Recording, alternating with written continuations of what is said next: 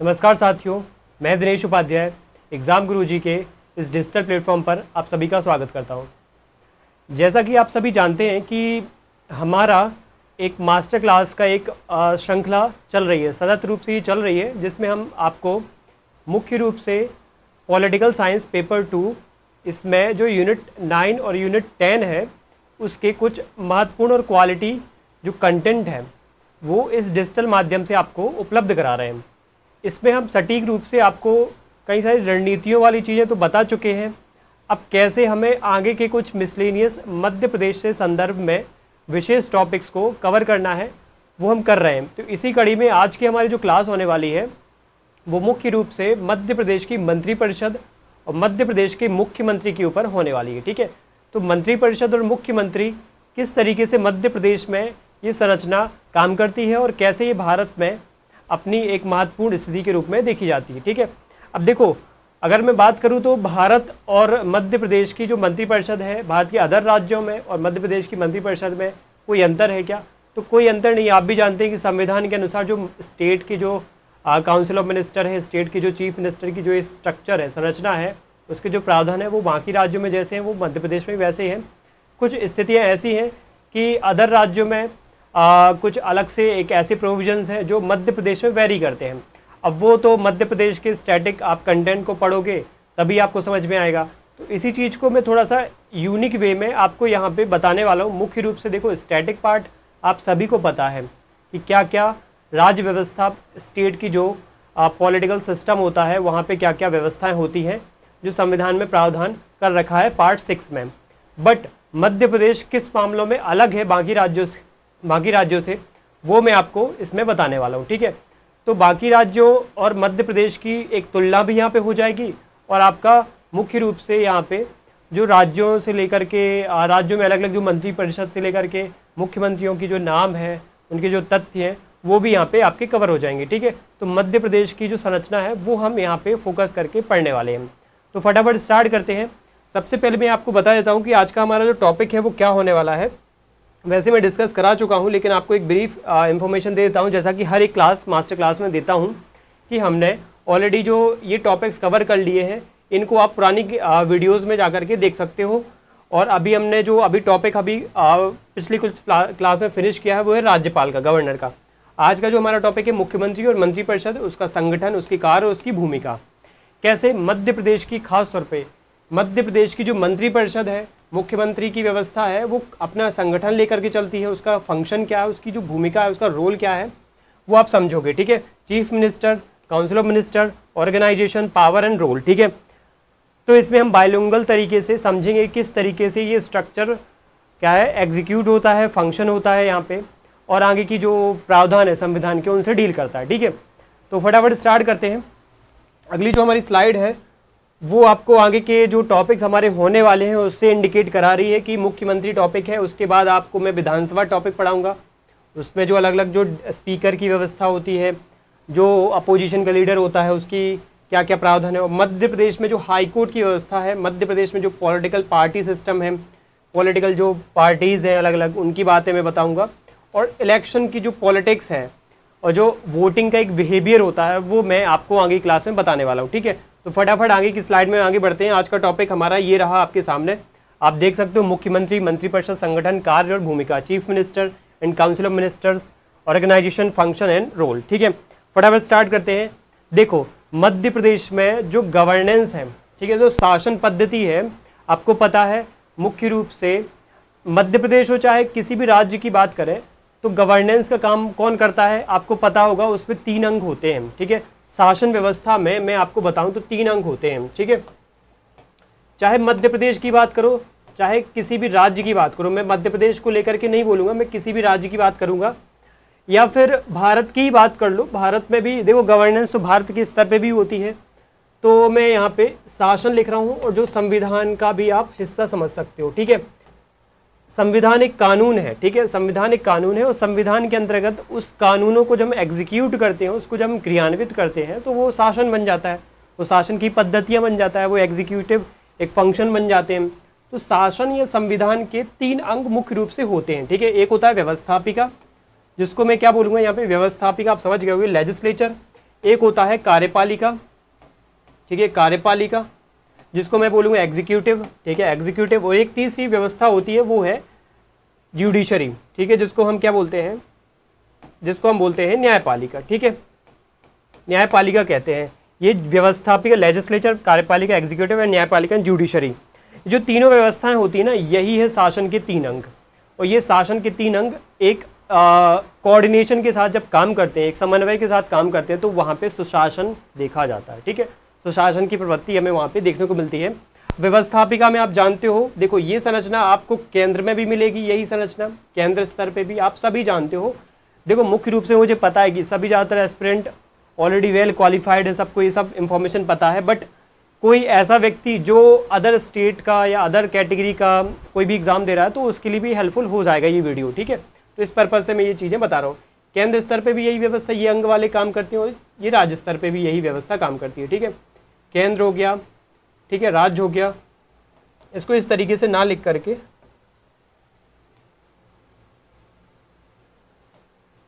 केंद्र हो गया, राज्य हो गया, इस तरीके से दोनों जगह ये क्या है, काम करती है व्यवस्था, ठीक है, दोनों जगह ये व्यवस्था काम करती है। चाहे वो व्यवस्थापिका हो, केंद्र में भी होती है, राज्य में भी होती है, कार्यपालिका केंद्र राज्य दोनों में होती है, और ज्यूडिशरी केंद्र राज्य दोनों में नहीं होती है, दोनों के लिए होती है। याद रखना, ज्यूडिशरी एक एकीकृत न्यायपालिका की व्यवस्था है भारत में, भारतीय संविधान में एकीकृत न्यायपालिका की व्यवस्था है जो पिरामिड आकार में काम करती है, ठीक है।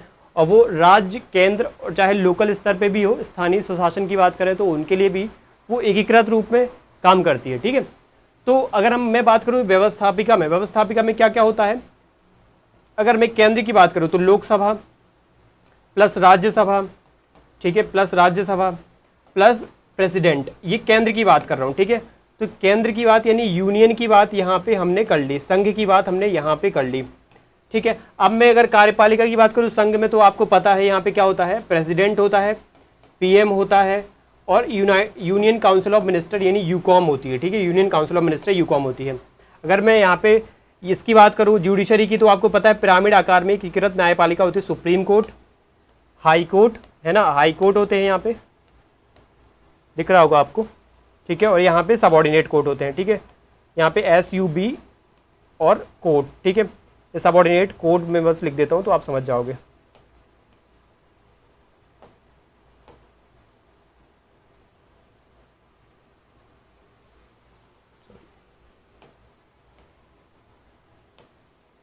सबऑर्डिनेट कोर्ट, ठीक है। तो ये त्रिस्तरीय एक प्रकार से संरचना हमें न्यायपालिका में देखने को मिलती है, जो कि एकीकृत रूप में होती है, ठीक है। मैं इसका आगे एजेंस बताऊंगा जब हम हाई कोर्ट या न्यायपालिका पे चलेंगे, लेकिन हम उसमें जो बेसिक फंडामेंटल चीज़ें हैं वो हम फाउंडेशनल चीज़ें आपको बता देंगे, ठीक है। इनिशियली मध्य प्रदेश स्तर पे और भारत के स्तर पे दोनों चीज़ें हम कवर कर लेंगे। अभी हम फोकस करते हैं कि जो व्यवस्थापिका है उसमें लोकसभा, राज्यसभा, प्रेसिडेंट, यहाँ पे प्रेसिडेंट, प्राइम मिनिस्टर और यूकॉम, ठीक है, ये केंद्र स्तर पे। अब हम राज्य पे आते हैं, अल्टीमेटली हमें मतलब इस चीज़ से है, ठीक है, मतलब हमें किस चीज़ से है, राज्य की व्यवस्थापिका, राज्य की कार्यपालिका और राज्य की व्यवस्थापिका, कार्यपालिका और न्यायपालिका से, ठीक है। तो आप यहाँ पे एक चीज़ नोटिस करोगे कि राज्य में क्या होता है, राज्य में लोकसभा की जगह पे आप कह सकते हो विधानसभा होती है, ठीक है, और राज्यसभा की जगह पे आप बोल सकते हो विधान परिषद होती है, जैसे राज्यसभा होती है, और प्रेसिडेंट की जगह पे बिल्कुल सेम गवर्नर होता है, ठीक है। ये आपको राज्य में देखने को मिलेगा, ठीक है। अगर वहाँ पे कार्यपालिका की बात करोगे आप, तो कार्यपालिका में वहीं पे प्रेसिडेंट की जगह पे गवर्नर मिलेगा आपको देखने को, पीएम की जगह पे सीएम देखने को मिलेगा, और यूकॉम की जगह पे एसकॉम यानी स्टेट काउंसिल ऑफ मिनिस्टर यानी कि राज्य मुख्यमंत्री परिषद मिलेगी। अब आप बोलोगे कि यहाँ पे फिर कार्यपालिका में हाई कोर्ट होते हैं, बट ये बात याद रखना, ज़्यादातर बुक्स में, स्टैंडर्ड बुक्स में भी आपको पता होगा कि ऐसे बांट देते हैं, नहीं, केंद्र का सुप्रीम कोर्ट होता है, राज्य का हाई कोर्ट होता है, ऐसा नहीं होता है, ठीक है।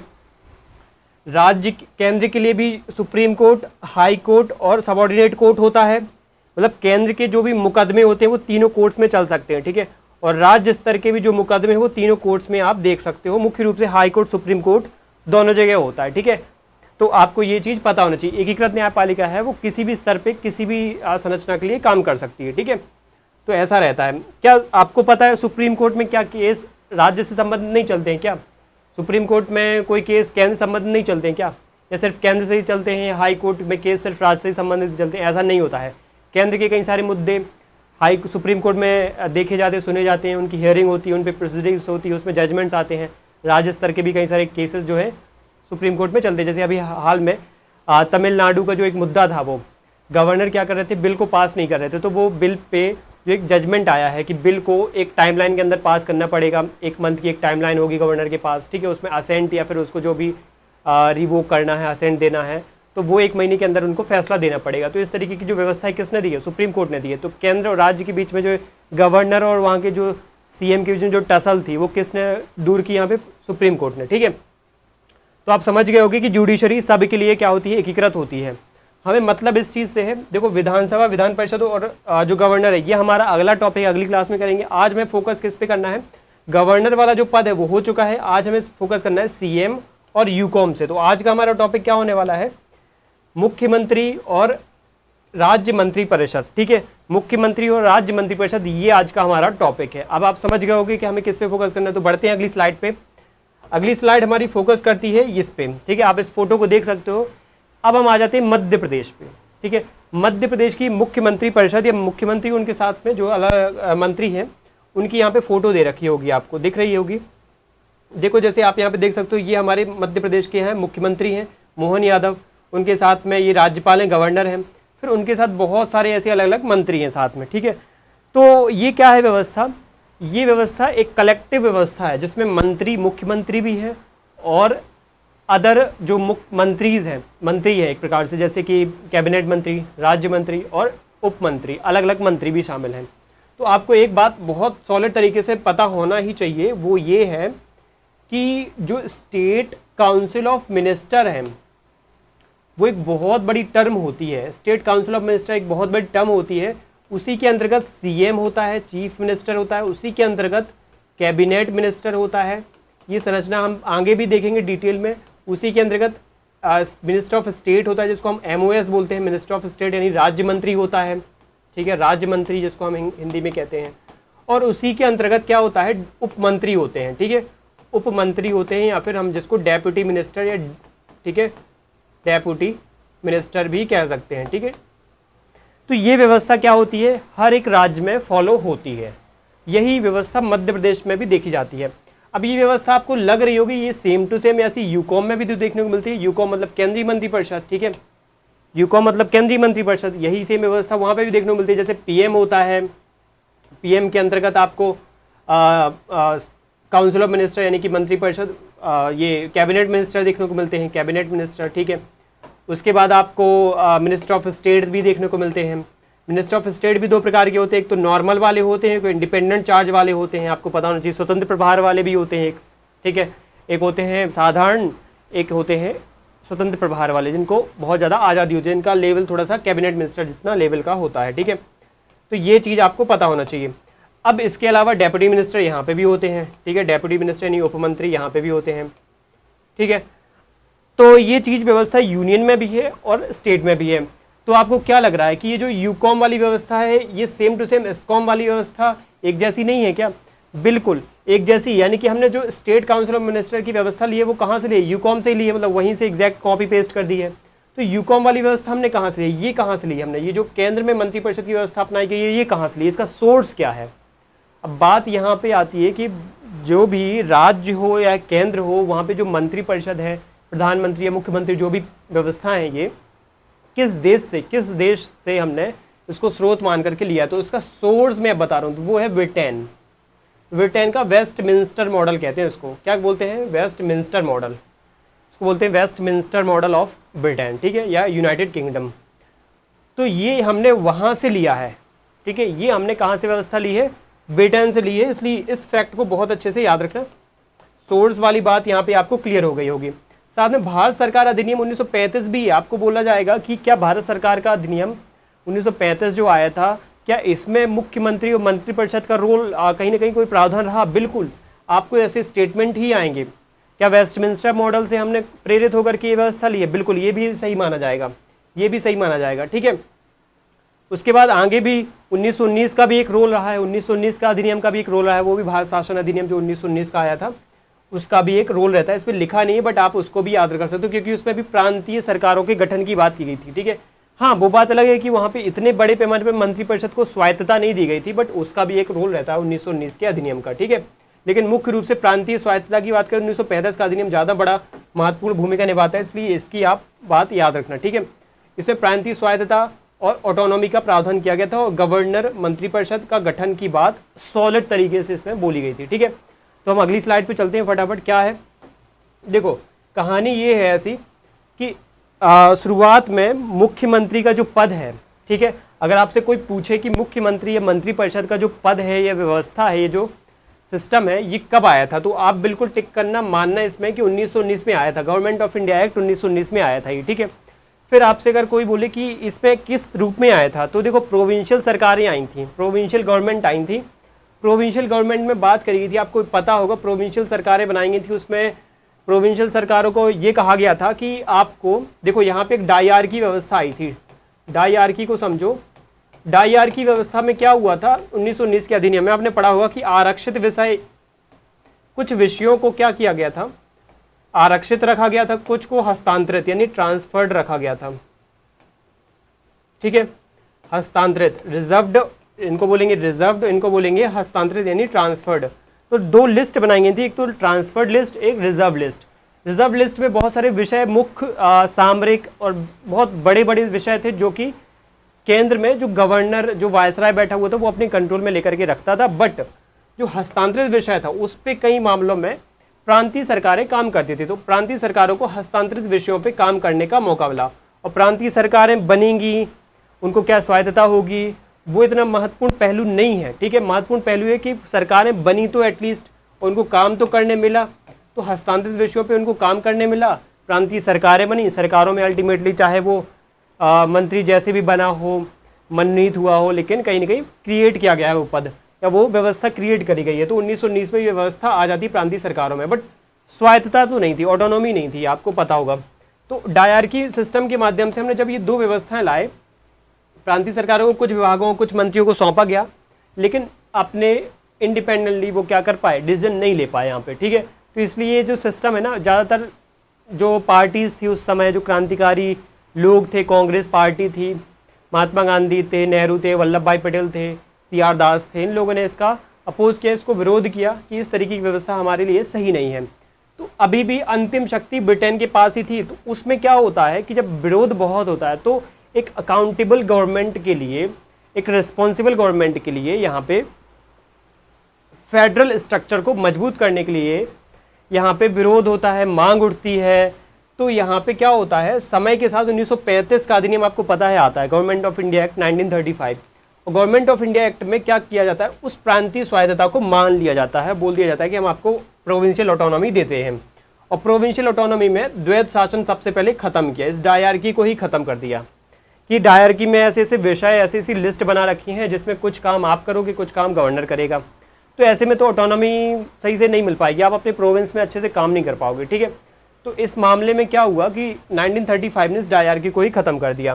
जब डायआर्की ख़त्म हुई तो उससे क्या हुआ कि स्पष्ट रूप से क्या हुआ, मुख्यमंत्री का पद स्थापित हो गया कि मुख्यमंत्री पद होगा और वो इन विषयों पे स्वायत्त रूप से काम करेगा। फिर इससे क्लियर हो जाता है, तो अब हमें ये क्लियर हो गया कि गवर्नर के अधीन मंत्रिपरिषद की स्थापना होगी और जिसका नेतृत्व मुख्यमंत्री करेगा। मतलब एक मंत्री होगा, सॉरी एक गवर्नर है, वायसराय जिसको हम बोल सकते हैं, वो अपॉइंट करेगा यहाँ पे किसको, अपने अपने राज्यों में प्रोविंशियल गवर्नर्स को, ठीक है। ऐसे समझना कि वायसराय केंद्र, मतलब इसको वायसराय को ऐसे याद रखो कि ये भारत का राष्ट्रपति है आज का, ठीक है। आज के हिसाब से आप इसको ऐसे याद रखो, वायसराय उस जमाने में जो वायसराय था वो आज के राष्ट्रपति के जैसा है, मतलब पावर तो नहीं है आज के राष्ट्रपति के पास, बट वायसराय के पास थी पावर। तो वायसराय ने बहुत सारे राज्य, भारत में प्रोविंसेस थे, जैसे कि मैं आपको बताऊं सेंट्रल प्रोविंस, ठीक है, यूनाइटेड प्रोविंस, बहुत सारे ऐसे नॉर्थ वेस्ट फ्रंटियर प्रोविंस, ठीक है, बहुत सारे भारत में ऐसे प्रोविंसेस थे, ठीक है। तो जैसे सेंट्रल प्रोविंस में एक उन्होंने गवर्नर नियुक्त कर रखा है, एक यूनाइटेड प्रोविंस में गवर्नर नियुक्त कर रखा है, एक यहाँ पे भी गवर्नर नियुक्त कर रखा है। इन गवर्नर को आदेश दिया कि आप वहाँ पे क्या करना, चुनाव होने के बाद मंत्री और मुख्यमंत्री की नियुक्ति करना, अलग अलग मंत्रिपरिषद की नियुक्ति करना, उनका जो प्रमुख होगा वो मुख्यमंत्री होगा। तो इन गवर्नर्स ने मिलकर के क्या किया, स्टेट में काउंसिल ऑफ मिनिस्टर्स की नियुक्ति की। यहाँ पे भी स्टेट काउंसिल ऑफ मिनिस्टर ऐसे नियुक्त हुए, यहाँ पे भी हर जगह, हर एक प्रोविंस में जो भी गवर्नर, जो भी ब्रिटेन के डायरेक्ट कंट्रोल में प्रोविंसेस थे, वहाँ पे गवर्नर नियुक्त होता है। वो गवर्नर जा करके वहाँ पे अलग अलग मिनिस्टर्स को अपॉइंट करता है। यहाँ पे जो हेड होगा वो सीएम होगा, चीफ मिनिस्टर होगा। यहाँ पे जो हेड होगा इन मिनिस्टर्स का वो सीएम होगा, सब जगह सीएम होगा। यानी कि हर एक प्रोविंस में एक गवर्नर वाला पद भी था, वहाँ पे फिर एक स्टेट काउंसिल ऑफ मिनिस्टर वाली व्यवस्था भी थी, उनका जो हेड होगा वो सीएम होगा। ये व्यवस्था 1935 में आ जाती है और यहाँ पे स्वायत्तता भी मिल जाती है, काफ़ी हद तक मिल जाती है। मैं सीधा आज के हिसाब से ये नहीं कहूँगा कि जितनी आज स्वायत्तता है उतनी मिल जाती है, बट काफ़ी हद तक मिल जाती है स्वायत्तता, 1919 की तुलना में कहें तो मिल जाती है, ठीक है। और यहाँ पे एक रिस्पॉन्सिबिलिटी की बात उठती है बहुत बड़े पैमाने पे कि रिस्पॉन्सिबल गवर्नमेंट होना चाहिए, और जो रिस्पॉन्सिबल किसके प्रति हो, जनता के प्रति हो। रिस्पॉन्सिबल गवर्नमेंट किसके प्रति हो, जनता के प्रति। गवर्नमेंट अल्टीमेटली कौन होती है, स्टेट काउंसिल ऑफ मिनिस्टर, जिसको हेड कौन कर रहा है, सीएम होता है, सीएम, ठीक है। और इनका संवैधानिक प्रमुख कौन है, गवर्नर है। तो अल्टीमेटली ये जब सरकार है ये किसके प्रति रिस्पॉन्सिबल हो, किसके प्रति रिस्पॉन्सिबल, जनता के प्रति।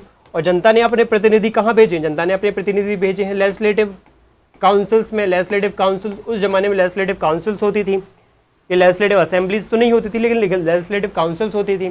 तो लेजिस्लेटिव काउंसिल्स के प्रति वो जिम्मेदार हों, तो यानी कि इनकी रिस्पॉन्सिबिलिटी इनके प्रति होनी चाहिए, ठीक है। तो ये बात यहाँ पे क्या है, लागू हो रखी थी। इसके बाद आगे क्या हुआ, इसके बाद ये होता है स्वतंत्र भारत में मुख्यमंत्री की नियुक्ति अब कैसे होती है, ठीक है। तो आपको ये बात समझ में आ गई कि भारत में कि जो आज़ादी के पहले कैसी क्या व्यवस्था थी, बट आज़ादी के बाद अब क्या होता है वो अब कहानी हमें समझना है, ठीक है। 1935 से 47 तक तो वही व्यवस्था हमने पढ़ ली, 35-47 तक चल रही थी। लेकिन आज़ादी के बाद जब हमने अपना संविधान 26 जनवरी 1950 को बना लिया, तो पहली बार राज्यों में संवैधानिक रूप से अब मुख्यमंत्री बना। अभी तक तो ब्रिटिश हेजेमनी में हमने क्या किया है, ब्रिटिश उपनिवेश के रूप में, ब्रिटिश कॉलोनी के अंतर्गत हम अपनी शासन व्यवस्था को संचालित कर रहे थे। बट अब हम इस बार क्या कर रहे हैं, भारतीय संविधान की वैधता के अंतर्गत, हम संविधान के अंतर्गत हम मुख्यमंत्री और राज्य की मंत्रिपरिषद अब नियुक्त करेंगे, ठीक है। जब राज्य की मंत्रिपरिषद नियुक्त करेंगे तो उसमें भारत के पहले मुख्यमंत्री जो बनते हैं वो है उत्तर प्रदेश के मुख्यमंत्री। उस टाइम पे उत्तर प्रदेश को यूनाइटेड प्रोविंस बोला जाता था, यूपी ही बोला जाता है, बट उसका फुल फॉर्म यूनाइटेड प्रोविंस होता था। उसके मुख्यमंत्री थे गोविंद वल्लभ पंत, ठीक है। ये होते थे, ये हुए थे मतलब, ठीक है। और उसी के साथ यहाँ पे ये बात याद रखना, फिर 1952 में पहली बार अलग अलग स्टेट में सिस्टमेटिक ढंग से चुनाव होते हैं। अब आप बोलोगे संविधान तो 1950 में बन गया, चुनाव में 52 तक टाइम क्यों लगा दिया, ठीक है। चीज़ें सडनली नहीं हो जाती हैं। 1950 से जब संविधान लागू होता है ना फुल फ्लैज में, तब 1952 में पहले क्या होते हैं, आम चुनाव होते हैं। उसके बाद भारत में विधिवत लोकतंत्र व्यवस्था संचालित होती है, और फिर अलग अलग स्टेट में क्या होते हैं, ऐसे विधानसभा चुनाव होते हैं, अलग अलग स्टेट में विधानसभा चुनाव संचालित होते हैं, बिल्कुल प्रत्यक्ष लोकतंत्र पर आधारित, ठीक है, सॉरी अप्रत्यक्ष लोकतंत्र पर आधारित जो वोटिंग बिहेवियर है उस पर आधारित चुनाव होते हैं। उस चुनाव के बाद जो एक सरकारें बनती हैं, चाहे राज्यों में हो चाहे केंद्र में हो, फिर है ना, वो व्यवस्था यहाँ पे देखी जाती है। अब कहीं एक फैक्ट जैसे आप लोगों ने पढ़ा होगा कि भारत के पहले प्रधानमंत्री नेहरू जी थे, ठीक है। कुछ लोग बोलते हैं कि भारत के पहले प्रधानमंत्री सरदार वल्लभ भाई पटेल को बनना चाहिए था। वल्लभ भाई पटेल को नहीं बन, मतलब वो बन नहीं पाए। क्यों नहीं बन पाए, क्योंकि 1947 से लेकर के 50 तक अंतरिम सरकार के जो मुखिया थे वो नेहरू थे। अंतरिम सरकार के मुखिया थे वो, ठीक है। अंतरिम सरकार जो कि चुनाव से नहीं बनी है, जो कि एक टेम्परेरी सरकार है, ठीक है। भारत में पहले चुनाव के माध्यम से जो सरकार गठित हुई थी वो 1952 में गठित हुई थी। 1952 में चुनाव हुए, उसमें भी कांग्रेस जीती और नेहरू जी फिर प्रधानमंत्री बनते हैं, ठीक है। नेहरू जी प्रधानमंत्री बनते हैं। और सरदार पटेल क्यों नहीं बनते हैं, क्योंकि सरदार पटेल ऑलरेडी उनकी जो है ना मृत्यु हो चुकी थी। वो 1951 के आसपास या 50-51 के आसपास उनकी मृत्यु हो चुकी थी। वो बीमारी की वजह से उनका देहावसान हो जाता है, ठीक है। तो कहने का बात ये है कि कोई ऐसा पीछे वो नहीं था, ज़्यादा कॉन्स्पिरेसी नहीं थी कि उनको जानबूझ के नहीं बनाया, ठीक है। सिचुएशन ऐसी थी कि उस टाइम पे बहुत बड़े इंपॉर्टेंट जो बहुत ही फेमस लीडर के रूप में यहाँ पे उभर के आया वो नेहरू जी उभर के आते हैं। एक ग्लोबल लीडर के रूप में भी उनकी छवि बन गई थी, तो इस वजह से उनको ज़्यादा इंपॉर्टेंस मिल रही थी, इसलिए अंतरिम सरकार का मुखिया उनको ही घोषित किया गया। जब चुनाव हुए तो तब तक सरदार पटेल इस दुनिया में नहीं रहे, तो नेहरू जी को ही वो कार्यभार संभालना पड़ा, ठीक है। अब हम आ जाते हैं कि मुख्यमंत्री जो मंत्रिपरिषद है उसमें संवैधानिक व्यवस्था क्या थी। अभी तक हमने जो बातें पढ़ी वो ऐतिहासिक पृष्ठभूमि पढ़ी है कि इतिहास में 1919 से लेकर के 1935 तक क्या व्यवस्था थी, कैसी व्यवस्था थी 1919 से 1935 तक। आपको पता है डायरकी थी, प्रांतीय स्वायत्तता नहीं थी मंत्रिपरिषद या सरकार के पास। उसके बाद 35 में थोड़ा सा स्वायत्तता मिली, बट वो भी बहुत ही काफ़ी नहीं थी, मतलब बहुत ही नाकाफ़ी टाइप की थी, बहुत ही इनसफिशिएंट थी। ठीक है, तो इस वजह से क्या हुआ, 1947 में वो आज़ाद हुए तो 1950 में संविधान बनाने के बाद हमने फुल फ्लैज में सरकारें अच्छे से गठित की, स्वायत्तता दी। 1952 में पहले आम चुनाव, फिर उसके बाद अलग अलग स्टेट में भी चुनाव होते हैं। उसमें क्या होता है, फिर जब अप्रत्यक्ष रूप से प्रतिनिधि चुने जाते हैं, सरकारें गठित होती हैं, तो फिर हमने संवैधानिक रूप से सरकारों को गठन कर लिया है। अब हमें समझना है कि संवैधानिक रूप से कैसे गठन हुआ सरकारों का, कैसे संविधान ने अलग अलग जो राज्यों में सरकारें हैं, मंत्री हैं, मंत्रिपरिषद है, मुख्यमंत्री हैं, कैसे क्या उनके प्रावधान कर रखे हैं कि वो गठित हो पाएँ। ठीक है, तो अब संविधान पे आ जाते हैं, संविधान में क्या प्रावधान कर रखे हैं, यहाँ पे एग्जाम में इनसे ही क्वेश्चन आएंगे। ठीक है, आपको पता है ये हमारे भारतीय संविधान की क्या है, एक प्रति है, इंडियन कॉन्स्टिट्यूशन, जैसे ज़्यादा अच्छे से नहीं दिख रही होगी बट आप यहाँ पे देख सकते हो, मुख्यमंत्री और मंत्रिपरिषद संबंधित संवैधानिक प्रावधान, कॉन्स्टिट्यूशनल प्रोविजन। ठीक है, अब यहाँ पे सबसे पहले देखो कि ये क्या है, मुख्यमंत्री और राज्यपाल के पद को लेकर के संवैधानिक जो अलग अलग उनके नाम है, शब्दावलियाँ हैं, सबसे पहले उनसे वाकिफ हो जाओ, संवैधानिक रूप से इन शब्दों से वाकिफ हो जाओ, क्योंकि ये बहुत ज़्यादा क्या है, घुमा फिरा करके पूछते हैं। अगर आपको लिखा हुआ आए एग्जाम में, आपको दिख रहा होगा थोड़ा सा वर्ड्स छोटे हो रहे हैं, बट आप थोड़ा सा कोशिश करना समझने की। ठीक है, अगर मैं बोलूँ कार्यपालिका प्रमुख किसी भी राज्य के कौन होते हैं, तो वो मुख्यमंत्री होते हैं। ठीक है, अगर मैं बोलूँ राज्य के संवैधानिक प्रमुख कौन होते हैं, तो वो राज्य के राज्यपाल होते हैं। और ये मध्य प्रदेश के सीएम हैं, मध्य प्रदेश के सीएम हो, ये मध्य प्रदेश के क्या है, गवर्नर हैं। ठीक है, आप यहाँ पे देख सकते हो मध्य प्रदेश के सीएम, मध्य प्रदेश के गवर्नर, इनका नाम है मोहन यादव। ये मोहन यादव, श्री मोहन यादव है ये, और ये मध्य प्रदेश के राज्यपाल हैं, मध्य प्रदेश के श्री मंगूभाई पटेल। ठीक है,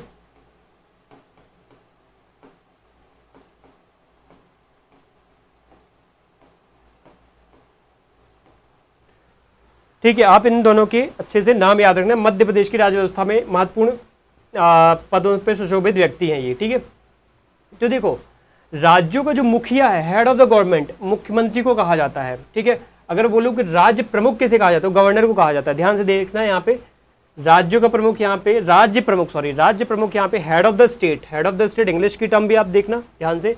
और मुख्य रूप से एक सलाह है कि इंग्लिश की टर्म ही फोकस करना। ठीक है, हिंदी की टर्म इधर उधर पर्यायवाची शब्दों से ऊपर नीचे हो जाती हैं। ठीक है, लीडर ऑफ द असेंबली विधानसभा का नेता मुख्यमंत्री को माना जाता है। ठीक है, अब मैं यहाँ पे मुख्यमंत्री का बताता हूँ। Leader of the majority party का प्रमुख कौन होता है, मुख्यमंत्री होता है। चीफ एग्जीक्यूटिव कौन होता है, मुख्यमंत्री माना जाता है। हेड ऑफ द गवर्नेंस या हेड ऑफ द गवर्नमेंट मुख्यमंत्री होता है। पॉलिसी मेकर मुख्यमंत्री को कहा जाता है। Chairman of council of minister मुख्यमंत्री को कहा जाता है। पॉपुलर रिप्रेजेंटेटिव मुख्यमंत्री को, और गवर्नमेंट्स रिप्रेजेंटेटिव इन लेजिस्लेचर। ठीक है, लेजिस्लेचर में गवर्नमेंट का रिप्रेजेंटेटिव कौन है, मुख्यमंत्री है। ठीक है, अब हम यहाँ पे राज्यपाल के बारे में देखते हैं। Head of the state governor है, head of the legislature governor माना जाएगा। अब आप बोलोगे head of the legislature governor क्यों? ठीक है, लेजिस्लेचर का मतलब यहाँ पे पूरी की पूरी व्यवस्था की बात हो रही है। ठीक है, उसमें विधानसभा, विधान परिषद, राज्यपाल सब आ जाते हैं। ठीक है, उसकी बात हो रही है यहाँ पे। ठीक है, यहाँ पे किसी एक हाउस की बात नहीं हो रही है। रिप्रेजेंटेटिव ऑफ प्रेसिडेंट ने एक रिप्रेजेंटेटिव स्टेट में भेजा है, उसका नाम है गवर्नर। ठीक है, आपको पता होगा, पहली क्लास में मैं बता चुका हूँ। फर्स्ट सिटीजन ऑफ स्टेट, पहला नागरिक, राज्य का प्रथम नागरिक भी बोल सकते हैं। अब देश का प्रथम नागरिक किसको बोलते हैं, प्रेसिडेंट को बोलते हैं, तो वैसे ही राज्य का प्रथम नागरिक गवर्नर हो जाएगा। ठीक है, उसी प्रकार guardian of the legislative power. ठीक है, लेजिस्लेटिव पावर का गार्जियन बोल सकते हैं इसको। ठीक है, विधायी शक्ति का अभिभावक। Holder of the emergency power, emergency आपातकालीन शक्तियों का धारक। और न्यायिक अधिकार धारक यानी होल्डर ऑफ जुडिशियल पावर। ठीक है, जुडिशियल पावर का भी धारक माना जाता है। ठीक है, तो ये कुछ व्यवस्थाएं, कुछ नाम है, बेसिक से टर्म्स हैं। मैंने तो अभी स्टार्ट ही नहीं किया टॉपिक, अभी तो आपको वाकिफ कराया है कि जो अलग हमारे राज्य की शासन व्यवस्था है उसमें गवर्नर, या फिर मैं कहूँ तो हर एक राज्य, भारत के हर एक राज्य की बात करें तो हर एक राज्य में जो गवर्नर और जो सीएम है उनको किन किन चीज़ों, नामों से, किन किन शब्दावली से पुकारा जाता है। ठीक है, वो आपको यहाँ पे समझ में आ गई होंगी। अब हम समझते हैं राज्य का जो मुख्यमंत्री होता है, ठीक है, उसको लेकर के संविधान में क्या क्या प्रावधान कर रखे हैं वो हम समझते हैं। ठीक है, और उससे रिलेटेड साथ में मंत्रिपरिषद से लेकर के क्या प्रावधान कर रखे हैं राज्य में। स्टेट की बात हो रही है यहाँ पे, स्टेट की। ठीक है, ठीक है, स्टेट जो मंत्रिपरिषद है उसकी बात कर रहे हैं हम। राज्य मंत्रिपरिषद लिखना चाहिए, वैसे इसका पूरा नाम अच्छे से अगर देखा जाए तो राज्य मंत्रिपरिषद होता है। ठीक है, उसमें क्या क्या अलग अलग संवैधानिक प्रावधान कर रखे हैं वो हम समझते हैं। ठीक है, तो संविधान में सबसे पहले आप देखो कि संविधान के अनुसार राज्यों का संवैधानिक प्रमुख कौन होता है। आपको मैं बता चुका हूँ, क्या आंसर होगा इसका, राज्यपाल होगा। संविधान में राज्य का संवैधानिक प्रमुख राज्यपाल होगा। अगर आपसे उसने पूछा कि इसका जो प्रावधान है वो किस आर्टिकल में कर रखा है, तो आपको पता होगा 153 में कर रखा है। ठीक है, बट अगर क्वेश्चन आ गया कि राज्य में वास्तविक कार्यकारी प्रमुख कौन होता है, राज्य में वास्तविक कार्यकारी प्रमुख कौन होता है, तो वो होता है सीएम, चीफ मिनिस्टर, जिसका प्रावधान कहाँ कर रखा है, 164 आर्टिकल। ठीक है, आर्टिकल 164 में। ठीक है, इसके अलावा एक और क्वेश्चन ये पूछा जा सकता है कि राज्यपाल की नियुक्ति, ठीक है, अब यहाँ पे इसकी नियुक्ति कौन करता है, तो इसकी नियुक्ति तो प्रेसिडेंट करते हैं। ठीक है, इसकी नियुक्ति कौन करते हैं, प्रेसिडेंट करते हैं। ठीक है, बट मुख्यमंत्री की स्थिति और उसकी नियुक्ति, ठीक है, अगर मैं बोलूँ तो मध्य प्रदेश राज्य की मुख्यमंत्री की नियुक्ति कौन करता है, तो राज्य में मुख्यमंत्री की नियुक्ति गवर्नर करता है। ठीक है, गवर्नर करता है। और इसकी जो स्थिति है वो किसके समान होती है, इसकी जो स्थिति होती है वो केंद्र के प्रधानमंत्री पद के समान होती है। ठीक है, अगर मान लो आपको सीएम के बारे में ज़्यादा कुछ पता नहीं है तो आप प्रधानमंत्री से उनकी तुलना कर सकते हो, बट क्षेत्र राज्य तक सीमित हो जाता है उनका। ठीक है, और राज्य की मुख्यमंत्री की नियुक्ति में बता चुका हूँ, गवर्नर करते हैं। ठीक है, ये हो गया है। अब यहाँ पे मैंने यहाँ पे जो फोटो लगाई है, शायद आपको क्लियरली फ़ॉन्ट समझ में नहीं आ रहे होंगे, बट आप कोशिश करना कि ये जो फोटो लगाई है ना, ये संविधान की एक किताब है, उसी से उठा करके मैंने फ़ोटो चिपकाई है। ठीक है, अब आप बोलोगे कि सीधा वहीं से उठा के यहीं पे डाल दिया, शॉर्ट में बता देते क्या हो जाता। इसलिए डालिए क्योंकि इसमें जो की टर्म्स आए हैं, कीवर्ड्स आए हैं, आप उसी में फोकस करो, क्योंकि बहुत सारा क्या है फ्लक्चुएशंस हैं वर्ड्स को लेकर के। ठीक है, इसमें क्या होता है, लोग कंफ्यूज हो जाते हैं, और मैं अभी बताऊंगा क्यों मैंने ऐसा फोटो यहाँ पे डाला हुआ है, जिससे आप कंफ्यूज ना हो। आप सॉलिड तरीके से यहाँ पे फोकस करना कि भारत में जो अलग अलग राज्य है वहाँ पे काउंसिल ऑफ मिनिस्टर्स, ठीक है, उनका पद बनाया गया है। और क्यों बनाया गया है, council of minister which is headed by CM, chief minister. ये जो पद बनाया गया है इसको हेड करता है सीएम। ये क्यों बनाया गया है, क्योंकि एड एंड एडवाइस करना है गवर्नर को, इसलिए बनाया गया है। इनको सबॉर्डिनेट कहा जाता है, राज्यपाल के सबॉर्डिनेट्स कहलाते हैं, उनके अधीनस्थ कहलाते हैं। राज्यपाल के अधीनस्थ कहलाते हैं मंत्री, मुख्यमंत्री। ठीक है, राज्यपाल को जरूरी जो कार्यपालिका सलाह होती है, विधायी सलाह होती है, ठीक है, न्यायिक सलाह होती है, यही लोग एड एंड एडवाइस के माध्यम से प्रोवाइड कराते हैं। तो क्या लिखा हुआ है, article 163 says that there shall be a council of minister with the chief minister at the head to aid and advice. ठीक है, क्या लिखा है, हेड। काउंसिल ऑफ मिनिस्टर होगी जिसका हेड कौन होगा, चीफ मिनिस्टर, जो कि एड एंड एडवाइस करेगा to the governor in the exercise of his functions.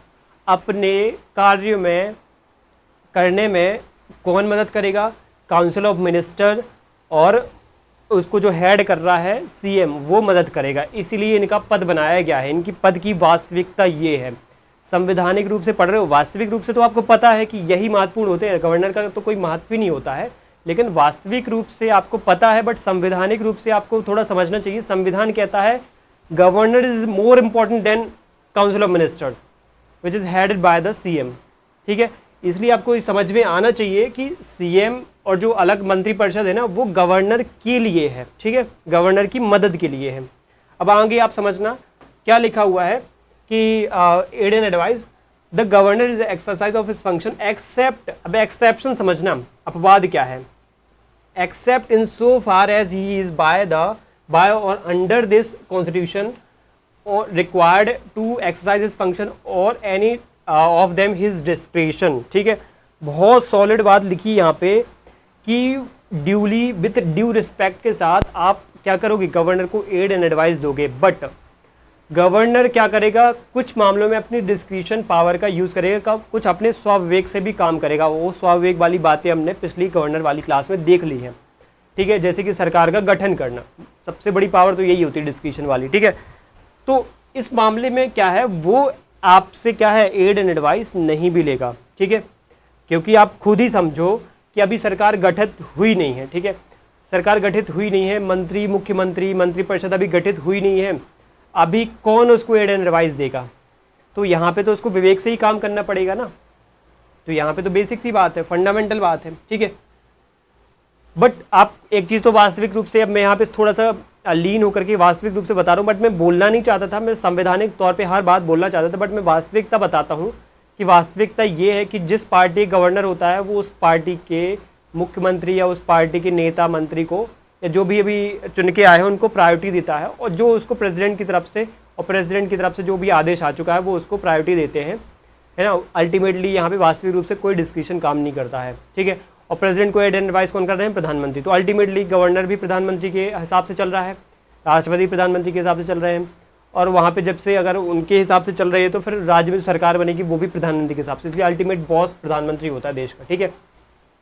तो सेकंड क्लॉज इसका क्या कहता है? इफ़ एनी क्वेश्चन अराइजेस, ठीक है। अगला यहाँ पे संवैधानिक क्लॉज क्या कहता है?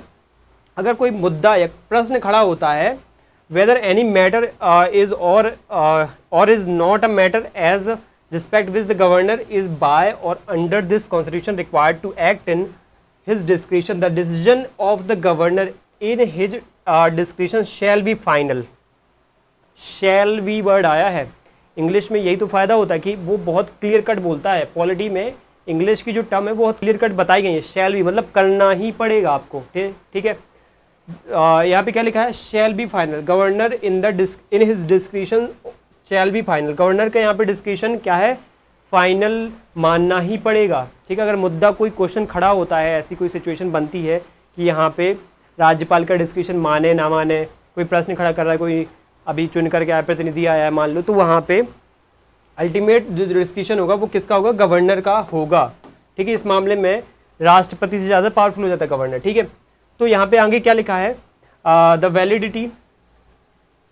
The validity of anything done by the governor shall not be called in the question on ground of he ought or ought not to have acted in his discretion। और साथ में ये भी कहा गया है कि जो भी वो काम करेगा, जो भी अपने डिस्क्रिप्शन पे काम करेगा, उस पर कोई भी जो उसने किया है, anything done by the governor, उस पर कोई भी क्वेश्चन खड़ा नहीं कर सकता है कि उसने अपने डिस्क्रिप्शन के हिसाब से किया है कि नहीं किया है। ये भी नहीं बोल सकता उसको कि यहाँ पे गवर्नर अपनी डिस्क्रिप्शन का यूज़ नहीं कर रहा है, उसको डिस्क्रिप्शन का यूज़ करना चाहिए, जैसे अपोजिशन वाले बोलने लग जाए, है ना। तो ये भी नहीं कह सकता है, वो उसको जो करना होगा करेगा, ठीक है। अगला थर्ड क्लॉज क्या कहता है? The question whether any and if so what advice was tendered by the minister to the governor shall not be inquired into any of the court, ठीक है। किसी भी टाइप का जो डिस्क्रिप्शन को लेकर के उसने जो भी अपना फैसला लिया है उसको किसी भी कोर्ट में क्या है, हियरिंग के लिए, कार्रवाई के लिए, प्रोसीडिंग्स के लिए नहीं ले जाया जा सकता है, ठीक है। ये बिल्कुल भी क्या है, यहाँ पे प्रोहिबिट किया गया है, ठीक है। तो ये बात भी आपको बिल्कुल क्लियर कट समझ में आ गई। संवैधानिक बातें हैं, बिल्कुल संवैधानिक रूप से कहा गया है ये बात, ठीक है। अब 163 तो हमने समझ लिया, ठीक है। अब आता है 164। पहले मैं संवैधानिक के फ्रेमवर्क आपको बता देता हूँ। मैं अभी जो आपको ये फोटोज दिखा रहा हूँ 163, 164, ये 2 आर्टिकल ही समझने हैं, उसके अलावा नहीं है अब, ठीक है। ये लास्ट है। तो इनको अगर आपने समझ लिया संवैधानिक रूप से क्या कहा गया है, तो आप फिर आगे के डिस्कशन में कंफ्यूज नहीं होगे, ठीक है। ये तो संविधान में नहीं लिखा, अगर मैं कुछ अदर हट की बात बोलूँ, ठीक है, मैंने कोई बाहर बात बोल दी, अलग हट की बात बोल दी, तो आप क्लियर कट समझ जाओगे कि ये तो संविधान में नहीं लिखा था, ये कुछ एक्स्ट्रा आपने आप बता रहे हैं, ठीक है। बाकी चीज़ें आपको यहाँ पे दिख ही रही हैं संवैधानिक तौर पे क्या क्या संविधान में लिखा हुआ है। आर्टिकल 164 क्या कहता है? आर्टिकल 164 कहता है, अब आप लोग बोल रहे हो कि आगे भी 2 फोटो लगी हुई हैं, ठीक है। आगे भी 2 फोटो वो सब क्लॉज के रूप में लगी हुई हैं, वो शॉर्ट में कुछ बातें और बताना चाहता हूँ, इस वजह से लगाई हुई हैं, ठीक है। Other provision as to be minister, ठीक है, एज टू मिनिस्टर्स, ठीक है। 164 में अदर प्रोविजन कर रखे हैं। 163 में तो ये बता दिया है कि मंत्री और मंत्री परिषद होंगे, उसका प्रमुख होगा मुख्यमंत्री, जो कि एड एंड एडवाइस के लिए होगा गवर्नर के लिए। बट उन मंत्री परिषद और मुख्यमंत्री की व्यवस्था क्या होगी, उनके अलग अलग प्रावधान क्या होंगे, उनके कर्तव्य क्या होंगे, वो 164 में अच्छे से समझा रखा है, ठीक है। क्या बताए गए हैं इसमें? The chief minister shall be appointed by the governor and the other minister shall be appointed by the governor on the advice of the chief minister and the minister shall hold the office of during the pleasure of the governor. क्या कह रहा है? बहुत simple words में लिखा हुआ है संवैधानिक तौर पे कि देश में हर एक राज्य में एक राज्यपाल होगा। राज्यपाल उस व्यक्ति को क्या करेगा? एक राज्य में बहुमत प्राप्त दल के नेता को, यहाँ पे लिखा नहीं है बट मैं देखो आपको वही बात समझ में आ गई यहाँ पे कि संविधान में ऐसा कुछ यहाँ पे तो जिक्र नहीं आया, ठीक है, कि बहुमत प्राप्त दल के नेता को। वहाँ पे वो किसी व्यक्ति को संविधान के अनुसार किसी व्यक्ति को कर सकते हैं, बट आगे क्लियर कर रखा है उन्होंने कि बहुमत प्राप्त दल के नेता ही होना चाहिए। लेकिन मैं क्या कह रहा हूँ कि भारत के हर एक राज्य में गवर्नर होता है, गवर्नर क्या कर सकता है, अपनी सहायता के लिए एक मुख्यमंत्री नियुक्त करेगा और मुख्यमंत्री से सलाह लेगा अदर मंत्रियों की नियुक्तियों में, ठीक है। Advice of the chief minister and the minister shall hold the office of during of the president. साथ में ये सभी मंत्री जो मुख्यमंत्री की सलाह पर गवर्नर ने नियुक्त किए हैं, ये सभी मंत्री कब तक अपने पद पर रहेंगे, प्लेजर ऑफ द प्रेसिडेंट, यानी राज्यपाल के प्रसाद पर्यंत काम करेंगे। राज्यपाल के प्रसाद पर्यंत। अब आप बोलोगे राज्यपाल के प्रसाद पर्यंत मतलब फिर वो 5 साल वाला क्या होता है, मतलब वो 5 साल तो रहते हैं, वो 5 साल मतलब ये होता है कि वो विधायक हैं 5 साल, 5 साल के लिए वो विधायक चुने गए हैं और जब तक विधायक रहते हैं तब तक ही आप मंत्री बन सकते हो, ठीक है। तो वो उस पद की 5 साल की क्या है, टेन्योर होती है, विधायक वाले पद की टेन्योर होती है। यहाँ पे मंत्रियों की कोई टेन्योर नहीं होती है। याद रखना, देश में ना तो प्रधानमंत्री, ना तो मुख्यमंत्री, ना अदर मंत्रिपरिषद की कोई टेन्योर की बात उठाई नहीं गई है, संविधान में कोई जिक्र नहीं किया गया, ठीक है। Provide that in the state of Chhattisgarh, ठीक है, यहाँ पे 4 राज्यों का जिक्र आया, छत्तीसगढ़, ध्यान से देखना, झारखंड, मध्य प्रदेश। इसलिए मैंने ये वर्ड यहाँ पे ये जो फोटोज हैं संविधान की ऐड की हैं क्योंकि सिलेक्टिवली यहाँ पे 4 राज्यों का यहाँ पे जिक्र हुआ है, और ओडिशा, ठीक है। इन 4 राज्यों में आपको क्या करना पड़ेगा, शैल be a minister in charge of tribal welfare, आपको एक ट्राइबल वेलफेयर मिनिस्टर भी अपॉइंट करना पड़ेगा। बाकी राज्यों में ये व्यवस्था नहीं है। आपको बाकी राज्यों के जो भी विद्यार्थी होंगे वो आपको पता होगा कि उन राज्यों में कोई जनजाति मंत्री नहीं है, बट इन 4 राज्यों में जनजाति मंत्री हैं। मध्य प्रदेश में भी एक जनजाति मंत्री हैं, आपको पता होना चाहिए, ठीक है। तो क्या लिखा हुआ है, welfare who may in addition be in charge of the welfare of the schedule caste and backward classes of any other work, ठीक है। इनका ये क्या क्या फंक्शन होगा ये आपको पता चल गया। अब इसके फर्स्ट ए में क्या लिखा हुआ है 164 के, द टोटल नंबर। अब यहाँ पे बताया गया कि मंत्री और मंत्रिपरिषद में जो अलग अलग मंत्री हैं और मुख्यमंत्री हैं सबको मिलाकर के नंबर कितना होना चाहिए, मंत्रियों की संख्या कितनी होगी। तो लिखा है कि मंत्री इंक्लूडिंग द चीफ मिनिस्टर, ठीक है, चाहे सभी मंत्री हो साथ में मुख्यमंत्री भी हो, उन council of ministers in a state shall not exceed 15%। 15% से ज़्यादा नहीं होना चाहिए। किसका 15%, अभी क्लियर ही नहीं हुआ किसका 15%। Member of the legislative assembly, state की जो राज्य की विधानसभा है उसका 15% से ज़्यादा नहीं होना चाहिए। जैसे मान लो किसी राज्य में 100 क्या है विधायक हैं, 100 लेजिस्लेटिव असेंबली में सीट्स हैं, ठीक है।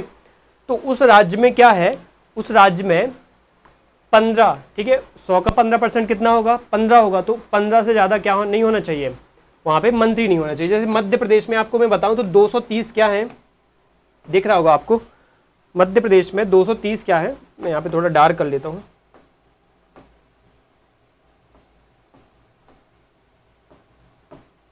मध्य प्रदेश में 230 क्या है, विधानसभा मेंबर है, ठीक है, विधानसभा मेंबर है या फिर एमएलएज हैं। 230 का 15% कितना होगा आपको पता होगा।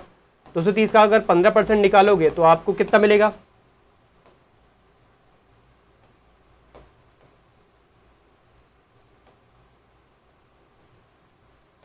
इसका आधा करोगे तो आपको 11.5 कुछ मिल जाएगा।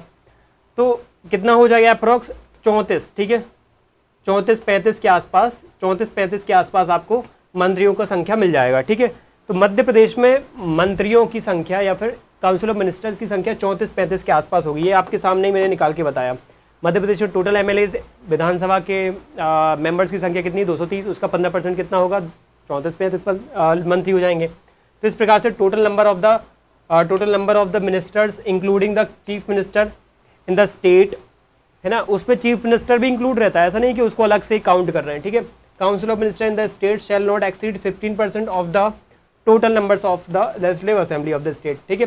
Provided that the number of the minister including the chief minister in a state shall not be less than 12।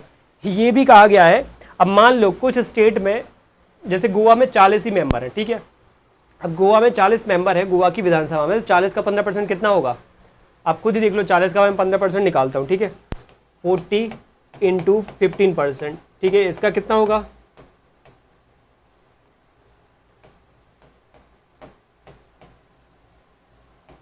दो 6 हो जाएगा। तो 40 का 15% 6 हो जाएगा, एक प्रकार से 6-7 के आसपास मंत्री हो जाएंगे। तो 6-7 मंत्री तो बहुत कम है। वहाँ पे तो इतने सारे विभाग होते हैं, हर एक राज्य, चाहे राज्य कितना भी छोटा बड़ा हो, विभाग तो बहुत सारे होते हैं। कोई कृषि, वित्त, गृह, शिक्षा, उच्च शिक्षा, ठीक है, वाणिज्य वगैरह, बहुत सारे, नगरीय विकास, ग्रामीण विकास, पंचायत वगैरह, बहुत सारे विभाग होते हैं। तो ऐसे तो 15-20 तो विभाग ही होते हैं हर एक राज्य में। तो ऐसे में वहाँ पे एक प्रोविज़न कर रखा है कि less than, not less than 12, 12 से कम नहीं होना चाहिए, 12 मंत्रियों से कम नहीं होना चाहिए, ठीक है। प्रोवाइडेड फर्दर, आगे क्या लिखा है, where the total number of the minister including the chief minister in the council of ministers in any state, the commencement of the constitution 19 first amendment act 2003 exceed 15% और the number specified in the first proviso, ठीक है। बहुत अच्छी बात लिखी है कि शुरुआत में ऐसी कोई प्रावधान नहीं था, कमेंसमेंट के टाइम पे ऐसा कोई प्रावधान नहीं था, बट क्या हुआ, 2003 में हमें ये व्यवस्था लानी पड़ी थी, ये 15% वाली। 91वां संविधान संशोधन किया था, 91st कॉन्स्टिट्यूशनल अमेंडमेंट किया था, जब हम ये व्यवस्था लाए थे, और इसमें हमने 15% वाली लिमिट क्या है अप्लाई कर दी, ठीक है। और इसी के माध्यम से हम ये वाली व्यवस्था अब आज हम देख रहे हैं, ठीक है। और ये केंद्र और राज्य दोनों की मंत्रिपरिषद पे लागू होती है, ठीक है। अब आगे हम देखते हैं क्या लिखा हुआ है, एज द केस में be then the total number of the minister in the state shall be brought in the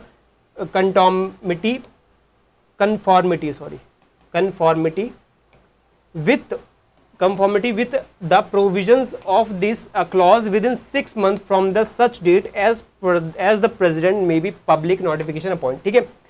याद रखना आपको यहाँ पे क्या लिखा है, इसका जो एक महत्वपूर्ण पॉइंट ये जो लिखा था 91st वाला, ये मैं आपको बता चुका हूँ।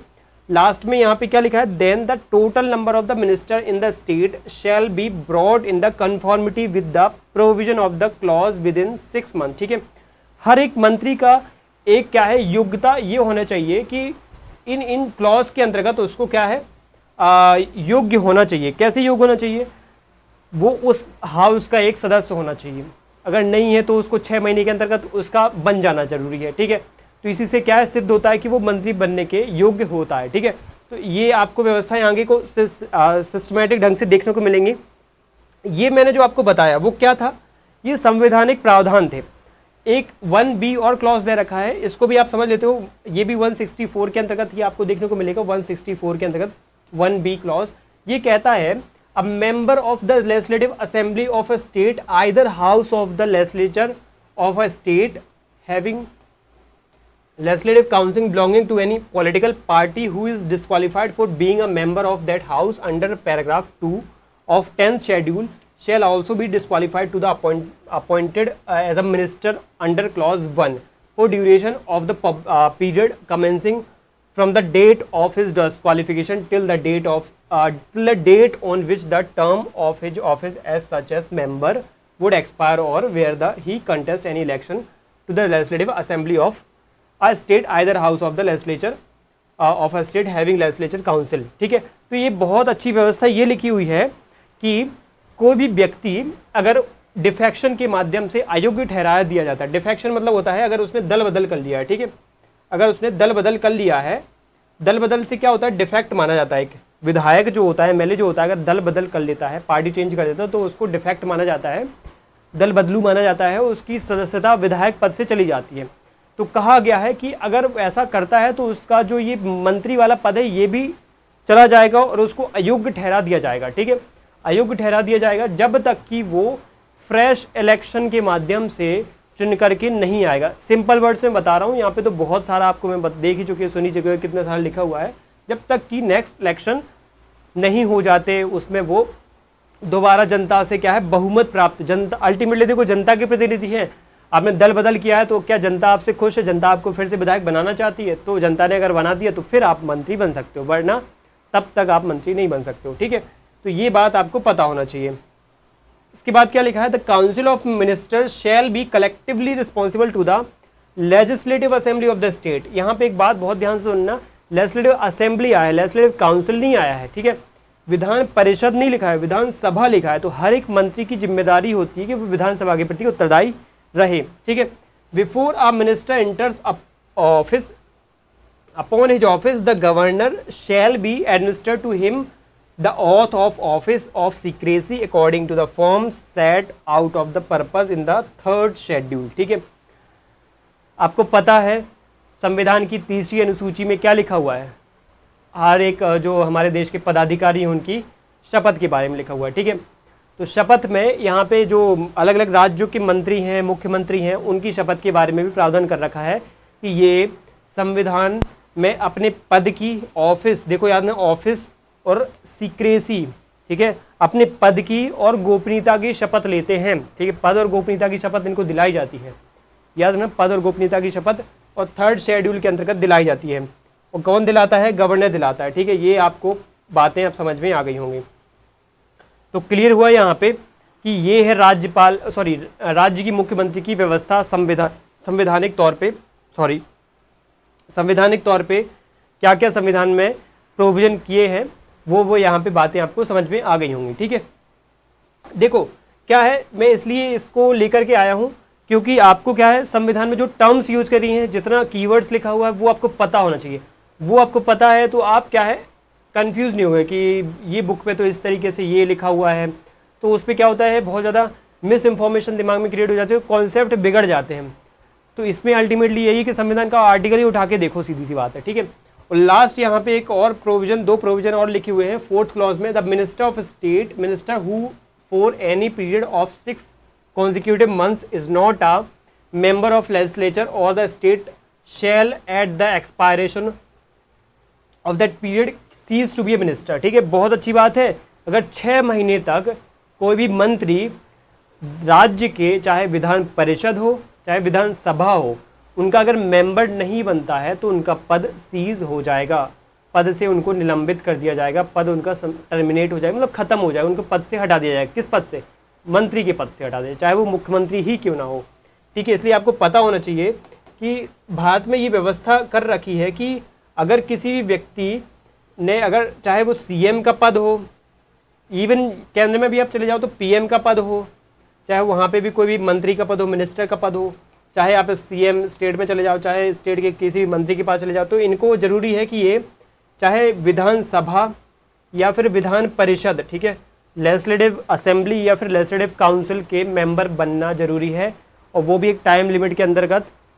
अगर मान लो अभी चुनाव हुआ, चुनाव में सरकार बन गई, मान लो बीजेपी के बहुत सारे मंत्री नियुक्त हो गए। ठीक है, मान लो 2 मंत्री ऐसे थे जो ना तो विधानसभा का चुनाव लड़ा, ना उन्होंने विधान परिषद का चुनाव लड़ा, और वो मंत्री बना दिए जाते हैं। ठीक है, चुनाव नहीं लड़ा, न जीते, न कोई मेंबर बने किसी भी हाउस के, बट मंत्री बना दिए गए, तो वो 6 महीने तक ही मंत्री रहेंगे। उसके बाद उनको 6 महीने के अंतर्गत ही उनको इन हाउसेस का मेंबर बनना ही पड़ेगा, वरना उनको सीज कर दिया जाएगा इस पद से। ठीक है, चाहे वो सीएम हो, चाहे वो मिनिस्टर ही क्यों ना हो। ठीक है, कोई भी मिनिस्टर ही क्यों ना हो। बात समझ में आपको आ गई होगी। इसके बाद क्या लिखा हुआ है? इसके बाद लिखा हुआ है the salaries and allowances of the minister shall be such as the legislature of the state may from time to time by law determine and until the legislature of the state so determines shall be as specified in the second schedule. ठीक है, time to time second schedule के अंतर्गत जो भी state legislature determine करेगा उस राज्य का, वो उनको सैलरी अलाउंसेस के रूप में दिया जाएगा। इसलिए याद ना, सैलरी अलाउंसेस की जो बात है, राज्य के मंत्री और मंत्री परिषद में वो कौन निर्धारित करता है? उसी राज्य का विधानसभा, विधान परिषद जो भी है वो निर्धारित करते हैं। ठीक है, इन सब के अंतर्गत ये शक्ति इनको प्राप्त है।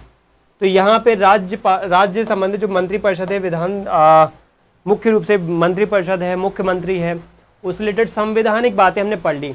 अब आपको मैं एक बात पूछूंगा कि मुख्यमंत्री की जो नियुक्ति है, अब आप खुद ही बता दोगे फटाफट। अब इंस्टेंट हमारा रिवीजन टाइप का ही होने वाला है। कौन करता है? राज्यपाल करता है। तो एक प्रकार से इसका आंसर क्या हो जाएगा? मुख्यमंत्री की नियुक्ति राज्यपाल करता है, बट साधारण तरीके से नहीं होती। राज्यपाल नियुक्ति ऐसे नहीं करता है, उसके लिए भी एक तरीका अपनाया गया है। और वो प्रक्रिया समझना, वो प्रक्रिया क्या है? प्रक्रिया ये है कि जैसे मान लो मैं एक कहानी मतलब बताता हूँ। ठीक है, ये मान लो मध्य प्रदेश की विधानसभा है। मैं मध्य प्रदेश को लेकर के यहाँ पे बता रहा हूँ, क्योंकि मध्य प्रदेश में क्या है आपको पता होना चाहिए, सिर्फ विधानसभा है, विधान परिषद नहीं है यहाँ पे। भारत में सिर्फ 6 राज्य हैं। ठीक है, भारत में सिर्फ 6 राज्य जहाँ पे विधान परिषद है, 6 राज्य हैं। ठीक है, मैं एक बार बता देता हूँ। विधान परिषद, ठीक है, वीपी मतलब विधान परिषद, समझना। और वो कितने राज्य? 6 राज्य। कौन कौन से 6 राज्य? जैसे बिहार, यूपी, महाराष्ट्र, कर्नाटक, आंध्र प्रदेश और तेलंगाना। ठीक है, ये 6 राज्य हैं जहाँ पे क्या है? विधान परिषद है। बाकी के सब किसी भी राज्य में विधान परिषद नहीं है। तो मध्य प्रदेश में विधान परिषद नहीं है, तो यानी कि मध्य प्रदेश में आप जब बात करेंगे वो किस पे बात करेंगे? वो मध्य प्रदेश में बात होगी विधानसभा की। तो ये मान लो मध्य प्रदेश की विधानसभा है। ठीक है, अब हम प्रक्रिया समझते हैं, तो प्रक्रिया को बहुत सॉलिड तरीके से समझना। ठीक है, यहाँ पे राज्यपाल का डिस्क्रिप्शन भी आपको समझ में आएगा। तो मध्य प्रदेश की विधानसभा क्या है? मान लो यहाँ पे अभी भी चुनाव हुए हैं, जस्ट मध्य प्रदेश में भी चुनाव हुए हैं, तो ये विधानसभा में स्पीकर बैठे हुए हैं यहाँ पे। ठीक है, ये हाउस है। ठीक है, ये हाउस है। यहाँ पे ये बीजेपी के यहाँ पे मेंबर्स बैठे हुए हैं। ठीक है, यहाँ पे इंडियन नेशनल कांग्रेस के मेंबर बैठे हुए हैं, कांग्रेस के। ठीक है, हम मुख्य रूप से 2 पार्टियों को लेंगे। अब इनके पास क्या है? इन्होंने अभी अभी चुनाव जीता है। 2023 में चुनाव हुए ही, आपको पता है 2023 में मध्य प्रदेश में चुनाव हुए हैं, जिसमें इनको कितनी सीट्स मिली है? 166 सीट मिली है बीजेपी को, और कांग्रेस को कितनी सीट्स मिली है? यहाँ पे 66 के आसपास मिली है जहाँ तक। ठीक है, 65 66 के आसपास मिली है, आप देख लेना। ठीक है, सिंपल वर्ड्स में बता रहा हूँ, एग्जाम्पल के तौर पे समझना। अब देखो मध्य प्रदेश में टोटल विधानसभा में सीट्स कितनी है? टोटल विधानसभा में सीट्स अगर देखोगे तो आपको 230 मिलेगी। 230 का आपको मेजॉरिटी चाहिए रहता है। 230 का मेजॉरिटी कितना होता है? 50% + 1 होता है मेजॉरिटी। 50% + 1, तो 50% कितना है? 215 हो जाएगा, और +1 यानी 16 हो जाएगा। तो यानी कि अल्टीमेटली आप 215, गलत बोल रहा हूँ, 115। ठीक है, 115 + 1 है ना, 230 का 50% 115 और +1 यानी 1। ठीक, तो 116। अल्टीमेटली आपको बहुमत अगर देश मध्य प्रदेश में सरकार बनानी है तो 116 नंबर चाहिए आपको, विधायक 116 चाहिए, क्योंकि विधानसभा है तो सिर्फ 116 चाहिए। जब आपके पास 116 विधायक आ जाते तो आप सरकार बना लोगे। और 2023 में हुआ क्या? बीजेपी के पास 166 विधायक थे, तो यहाँ पे अल्टीमेटली सरकार किसकी बनना चाहिए? बीजेपी की बनना चाहिए। तो यहाँ पे बीजेपी के जो नेता थे, बीजेपी के जो सिंगल लार्जेस्ट पार्टी थी, तो इन विधायकों की विधायक दल बैठक होती है, आपको पता होगा, आपने देखा होगा, नोटिस किया होगा, दिसंबर महीने में विधायक दल की बैठक हुई थी। 2023 दिसंबर का महीना था, विधायक दल की बैठक हुई थी।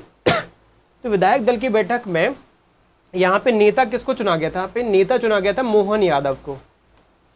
मोहन यादव जी को विधायक दल का नेता चुना गया। मोहन यादव को विधायक दल का नेता चुना गया। विधायकों 166 विधायकों ने मोहन यादव जी को चुना। अब कांग्रेस तो देखो इस कंपटीशन से बाहर ही है, क्योंकि उसको बहुमत ही नहीं मिला। अब तो राज्यपाल यहाँ पे क्या करेंगे? अब राज्यपाल की भूमिका ये होती है, राज्यपाल क्या करेंगे? अब बोलेंगे कि देखो इन विधायकों से इन्होंने बोला था कि आप बताओ हमारे आपके विधायक दल के नेता कौन है। तो 166 विधायकों ने, बीजेपी के विधायकों ने बता दिया कि हमारे विधायक दल के नेता हैं मोहन यादव। अब मोहन यादव को क्या करेंगे? राज्यपाल सीएम के रूप में नियुक्त कर देंगे, बोलेंगे कि आप विधायक दल के इनके नेता हो, आप सीएम के रूप में नियुक्त हो जाओ। तो मोहन यादव को यहाँ पे सीएम के रूप में नियुक्त किया जाता है। तो अल्टीमेटली सीएम के रूप में राज्यपाल ने मोहन यादव को नियुक्त किया। किसी से पूछा क्या राज्यपाल ने? किसी से नहीं पूछा। उनको जो विधायक दल का नेता मिला उनको उन्होंने नियुक्त कर दिया है। तो यहाँ पे एक प्रकार से कह सकते हैं ना, डिस्क्रिशनरी पावर राज्यपाल की। बट वास्तविक रूप से देखो डिस्क्रिशनरी पावर है क्या? वास्तविक रूप से समझ में आता है नहीं है डिस्क्रिशन, क्योंकि जो यहाँ पे विधायक दल का नेता लोगों ने चुना, रिप्रेजेंटेटिव्स ने, वो यहाँ पे करना ही पड़ा, राज्यपाल को करना ही पड़ता है। ये एक व्यवस्था है, यही तो संविधान में लोकतंत्र कहलाता है। ठीक है, तो मोहन यादव जी को बना दिया यहाँ पे सीएम। अब सीएम यहाँ पे मोहन यादव क्या करेंगे? राज्यपाल को एडवाइस देंगे कि सर आप क्या करो, हमारे अलग अलग मंत्री और बनाओ। मुख्यमंत्री ने क्या किया? यहाँ पे राज्यपाल को एडवाइस दिया कि आप हमारे अलग अलग मंत्री बनाओ। जैसे किसी को बोला इन्होंने कि इनको एजुकेशन मिनिस्टर बनाओ, ठीक है, किसी को बोला इन्होंने इनको फाइनेंस मिनिस्टर बनाओ, किसी को बोला इन्होंने हेल्थ मिनिस्टर बनाओ इनको, ठीक है, किसी को बोला इन्होंने इनको नगरीय विकास मंत्री बनाओ, ठीक है, अर्बन डेवलपमेंट मिनिस्टर बनाओ, किसी को बोला पंचायती राज मिनिस्टर बनाओ। ठीक है, तो ऐसे इन्होंने हर एक विभाग का एक एक मिनिस्टर की रिकमेंडेशन किनको कर दी? राज्यपाल को। राज्यपाल ने सभी मंत्रियों को नियुक्त कर दिया। तो ये अलग अलग जो मंत्री हैं, ये कैबिनेट मंत्री, minister of state, deputy minister, राज्यपाल ने नियुक्त किए। बट किससे सिफारिश ली? सीएम साहब से सिफारिश ली। ठीक है, तो ये कहानी ऐसे चलती है, ऐसी प्रक्रिया से क्या होता है, आगे बढ़ती है। बट अब एक स्पेकुलेशन ये क्रिएट होती है, मान लो यहाँ पे मैं एग्जाम्पल देता हूँ, ठीक है, कि एग्जाम्पल ये देता हूँ, मैं पहली क्लास में बता चुका हूँ कि यहाँ पे राज्यपाल, ठीक है, समझना ये विधानसभा है, ठीक है, मैं फिर से वही स्ट्रक्चर बना रहा हूँ, ठीक है,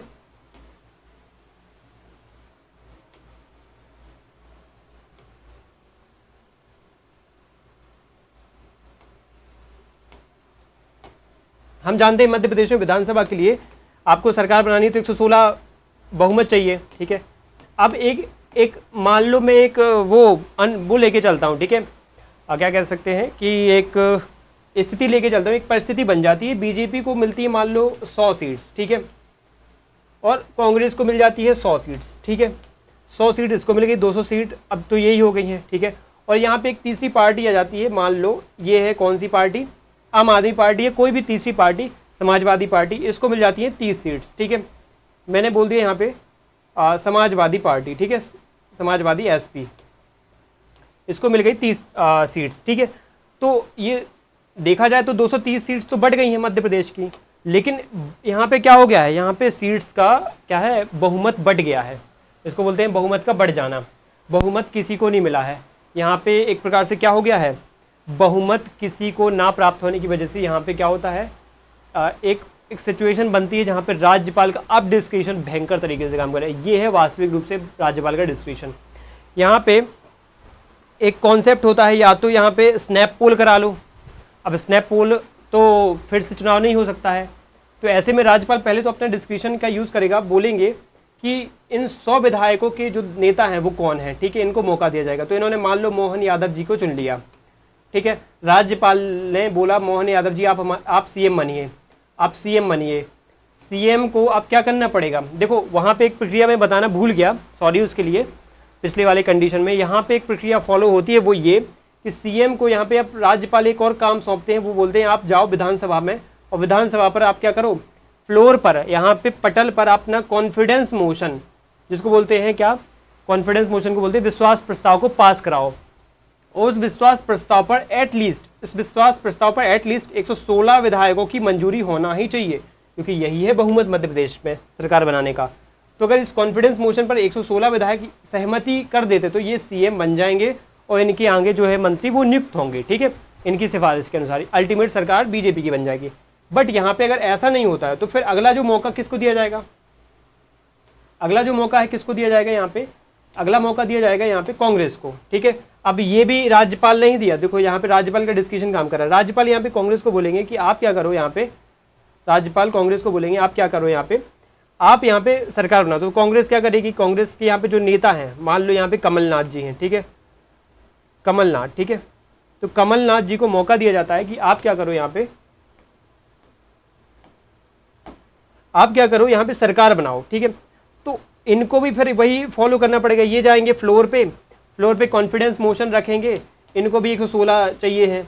अब ये जुगाड़ करके यहाँ पे क्या करते हैं, समाजवादी पार्टी से दोस्ती करके अखिलेश यादव जी से 16 विधायक ले लेते हैं, बोलते हैं हमें कुछ विधायक दे दो, आप हमारी हेल्प से, आपकी हेल्प से हम यहाँ पे सरकार बना लेंगे। तो ये समाजवादी पार्टी इनको 16 इवन 30 विधायक ही दे देगी, फिर देगी तो मान लो उन्होंने दे दिए, कैसे भी करके 16 विधायक का इन्होंने सपोर्ट दे दिया, 16 विधायक ने भी यहाँ पे इनकी कॉन्फिडेंस मोशन पे सहमति जता दी। तो यहाँ पे समाजवादी पार्टी और कांग्रेस की गठबंधन सरकार बनेगी, उसको बोलेंगे गठबंधन की सरकार, अलाइंड गवर्नमेंट। और यहाँ पे 116 की जब यहाँ पे बहुमत सिद्ध हो जाएगा तो कॉन्फिडेंस मोशन पास हो जाएगा, और यहाँ पे सरकार किसकी बन जाएगी, यहाँ पे कांग्रेस गवर्नमेंट बन जाएगी, ठीक है। एग्जाम्पल बता रहा हूँ यहाँ पे। तो ये ऐसी चीज़ें क्या है, काम पे है ना चलती हैं, मतलब ऐसी प्रक्रियाएँ आगे बढ़ती हैं, ऐसे काम होता है विधानसभा, या फिर ऐसे अलग अलग जो राज्यपाल हैं वो ऐसे क्या है अपनी पावर्स का यूज़ करते हैं। तो आपको प्रक्रिया आप समझ में आ गई होगी। तो राज्यपाल देखा जाए तो सिंपल था, राज्यपाल ने मुख्यमंत्री की नियुक्ति कर दी, लेकिन कैसे की उसकी कहानी मैं आपको बता चुका हूँ। 164 के अंतर्गत ये 164 के अंतर्गत ये होता है, ठीक है। अब इसके बाद आमतौर पर विधानसभा लेजिस्लेटिव असेंबली बहुमत प्राप्त दल के नेता को नियुक्त किया जाता है, ये आपको पता ही है, जिसको मेजॉरिटी, जिसके कॉन्फिडेंस मोशन पर बहुमत आ चुका है 116 मध्य प्रदेश में। यदि कोई दल स्पष्ट बहुमत से ना हो तो राज्यपाल अपने विवेकाधिकार, देखो शुरुआत में था बट मैंने दूसरी कंडीशन में बताया तो स्पष्ट बहुमत नहीं था, 100 के उसमें बढ़ गई थी सीट्स और 30 समाजवादी पार्टी, तो वहाँ पे सबसे बड़े दल को मौका मिलेगा, फिर उसके बाद जो सबसे छोटा दल होगा फिर उसको मौका मिलेगा, दूसरे नंबर पे जो होगा फिर उसको मौका मिलेगा, तब सबसे पहले जिसके पास सबसे ज़्यादा सीट्स, फिर उससे कम, फिर उससे कम, जो भी सरकार बना लेगा, जब तक सरकार नहीं बन जाती तब तक सबको मौके मिलेंगे, ठीक है, ऐसा रहता है। लेकिन सबसे पहले सबसे ज़्यादा सीट्स वाले व्यक्ति को ही मौके दिए जाएंगे, ठीक है। अब विशेष परिस्थितियों की बात करो तो मृत्यु, अगर मान लो मृत्यु, इस्तीफा होने पर, मुख्यमंत्री के पद रिक्त होने पर राज्यपाल किसी अन्य नेता को नियुक्त कर सकता है, ठीक है। अगर मान लो सीएम की डेथ हो जाती है या सीएम रिज़ाइन कर देते, तो एक बात याद रखना, सीएम की डेथ या रिजिग्नेशन पर पूरी की पूरी council of minister, state council of minister, याद रखना पूरी की पूरी स्टेट काउंसिल ऑफ मिनिस्टर क्या हो जाती है, भंग हो जाती है, ठीक है। पूरी की पूरी स्टेट काउंसिल ऑफ मिनिस्टर क्या हो जाती है, भंग हो जाती है, स्टेट काउंसिल ऑफ मिनिस्टर खत्म हो जाती है। एक नई स्टेट काउंसिल ऑफ मिनिस्टर का क्या होता है, फिर गठन करना पड़ता है, क्योंकि मुख्यमंत्री क्या होती है, उसकी रीढ़ होती है। अगला पॉइंट क्या है, अगर मान लो नॉन मेंबर ऑफ लेजिस्लेचर, ठीक है, यदि कोई व्यक्ति विधानसभा या विधान परिषद का मेंबर नहीं है, मैं आपको बता चुका हूँ कॉन्स्टिट्यूशनल वो फोटोज़ के माध्यम से, संविधान की वो फोटोज़ जो मैंने लगा रखी थी, उसमें 6 माह में अगर कोई व्यक्ति मुख्यमंत्री मतलब नियुक्त हो जाता है या कोई अदर मंत्री नियुक्त हो जाता है, वो अगर विधान परिषद और विधानसभा में मेंबर नहीं बनता है तो गया, मतलब 6 महीने के अंदर अगर मेंबर नहीं बना तो उसका पद गया। फिर ये भी 164 के 4th क्लॉज में लिखा हुआ है, आपको बता चुका हूँ। एग्जाम्पल आपको जैसे पता ही है, GM शाह झारखंड मतलब जम्मू एंड कश्मीर के बने थे ये, और राज्यपाल जगन मोहन ने इनको नियुक्त किया था मुख्यमंत्री, बट बहुमत सिद्ध करने के लिए इनको समय दिया गया था, ठीक है। हरियाणा में भी बंशी लाल जी की सरकार बनती है, SB चौहान महाराष्ट्र में, ये कुछ एग्जाम्पल है। इनको ये मेंबर भी नहीं थे उस वहाँ पे हाउसेस में, बट इनको मुख्यमंत्री बना दिया गया था, ठीक है, या मंत्री बना दिया गया था। बाद में इन्होंने उस वहाँ के हाउसेस में मेंबरशिप ले ली। जैसे उद्धव ठाकरे हैं, उद्धव ठाकरे भी 2019 के आसपास महाराष्ट्र में जो चुनाव हुए थे उसमें मुख्यमंत्री मतलब पार्टी उनकी जीती, कांग्रेस के साथ उन्होंने गठबंधन, NCP के साथ गठबंधन की सरकार बनाई, बट उनको क्या हुआ, मेंबरशिप नहीं थी किसी भी हाउस की, तो वो मध्य प्रदेश वो महाराष्ट्र की विधान परिषद के मेंबर बने थे, MLC बने थे वहाँ पे, ठीक है। मुख्यमंत्री की शपथ और कार्यकाल और वेतन, ठीक है। अगर मैं बात करूँ शपथ कौन दिलाता है, यहाँ पे राज्यपाल आ जाएगा। शपथ ग्रहण वो पद की लेते हैं शपथ, ठीक है, पद की शपथ लेते हैं, और साथ में सीक्रेसी यानी गोपनीयता की शपथ लेते हैं। दिलाता कौन है, गवर्नर दिलाता है, ठीक है, शपथ गवर्नर दिलाता है,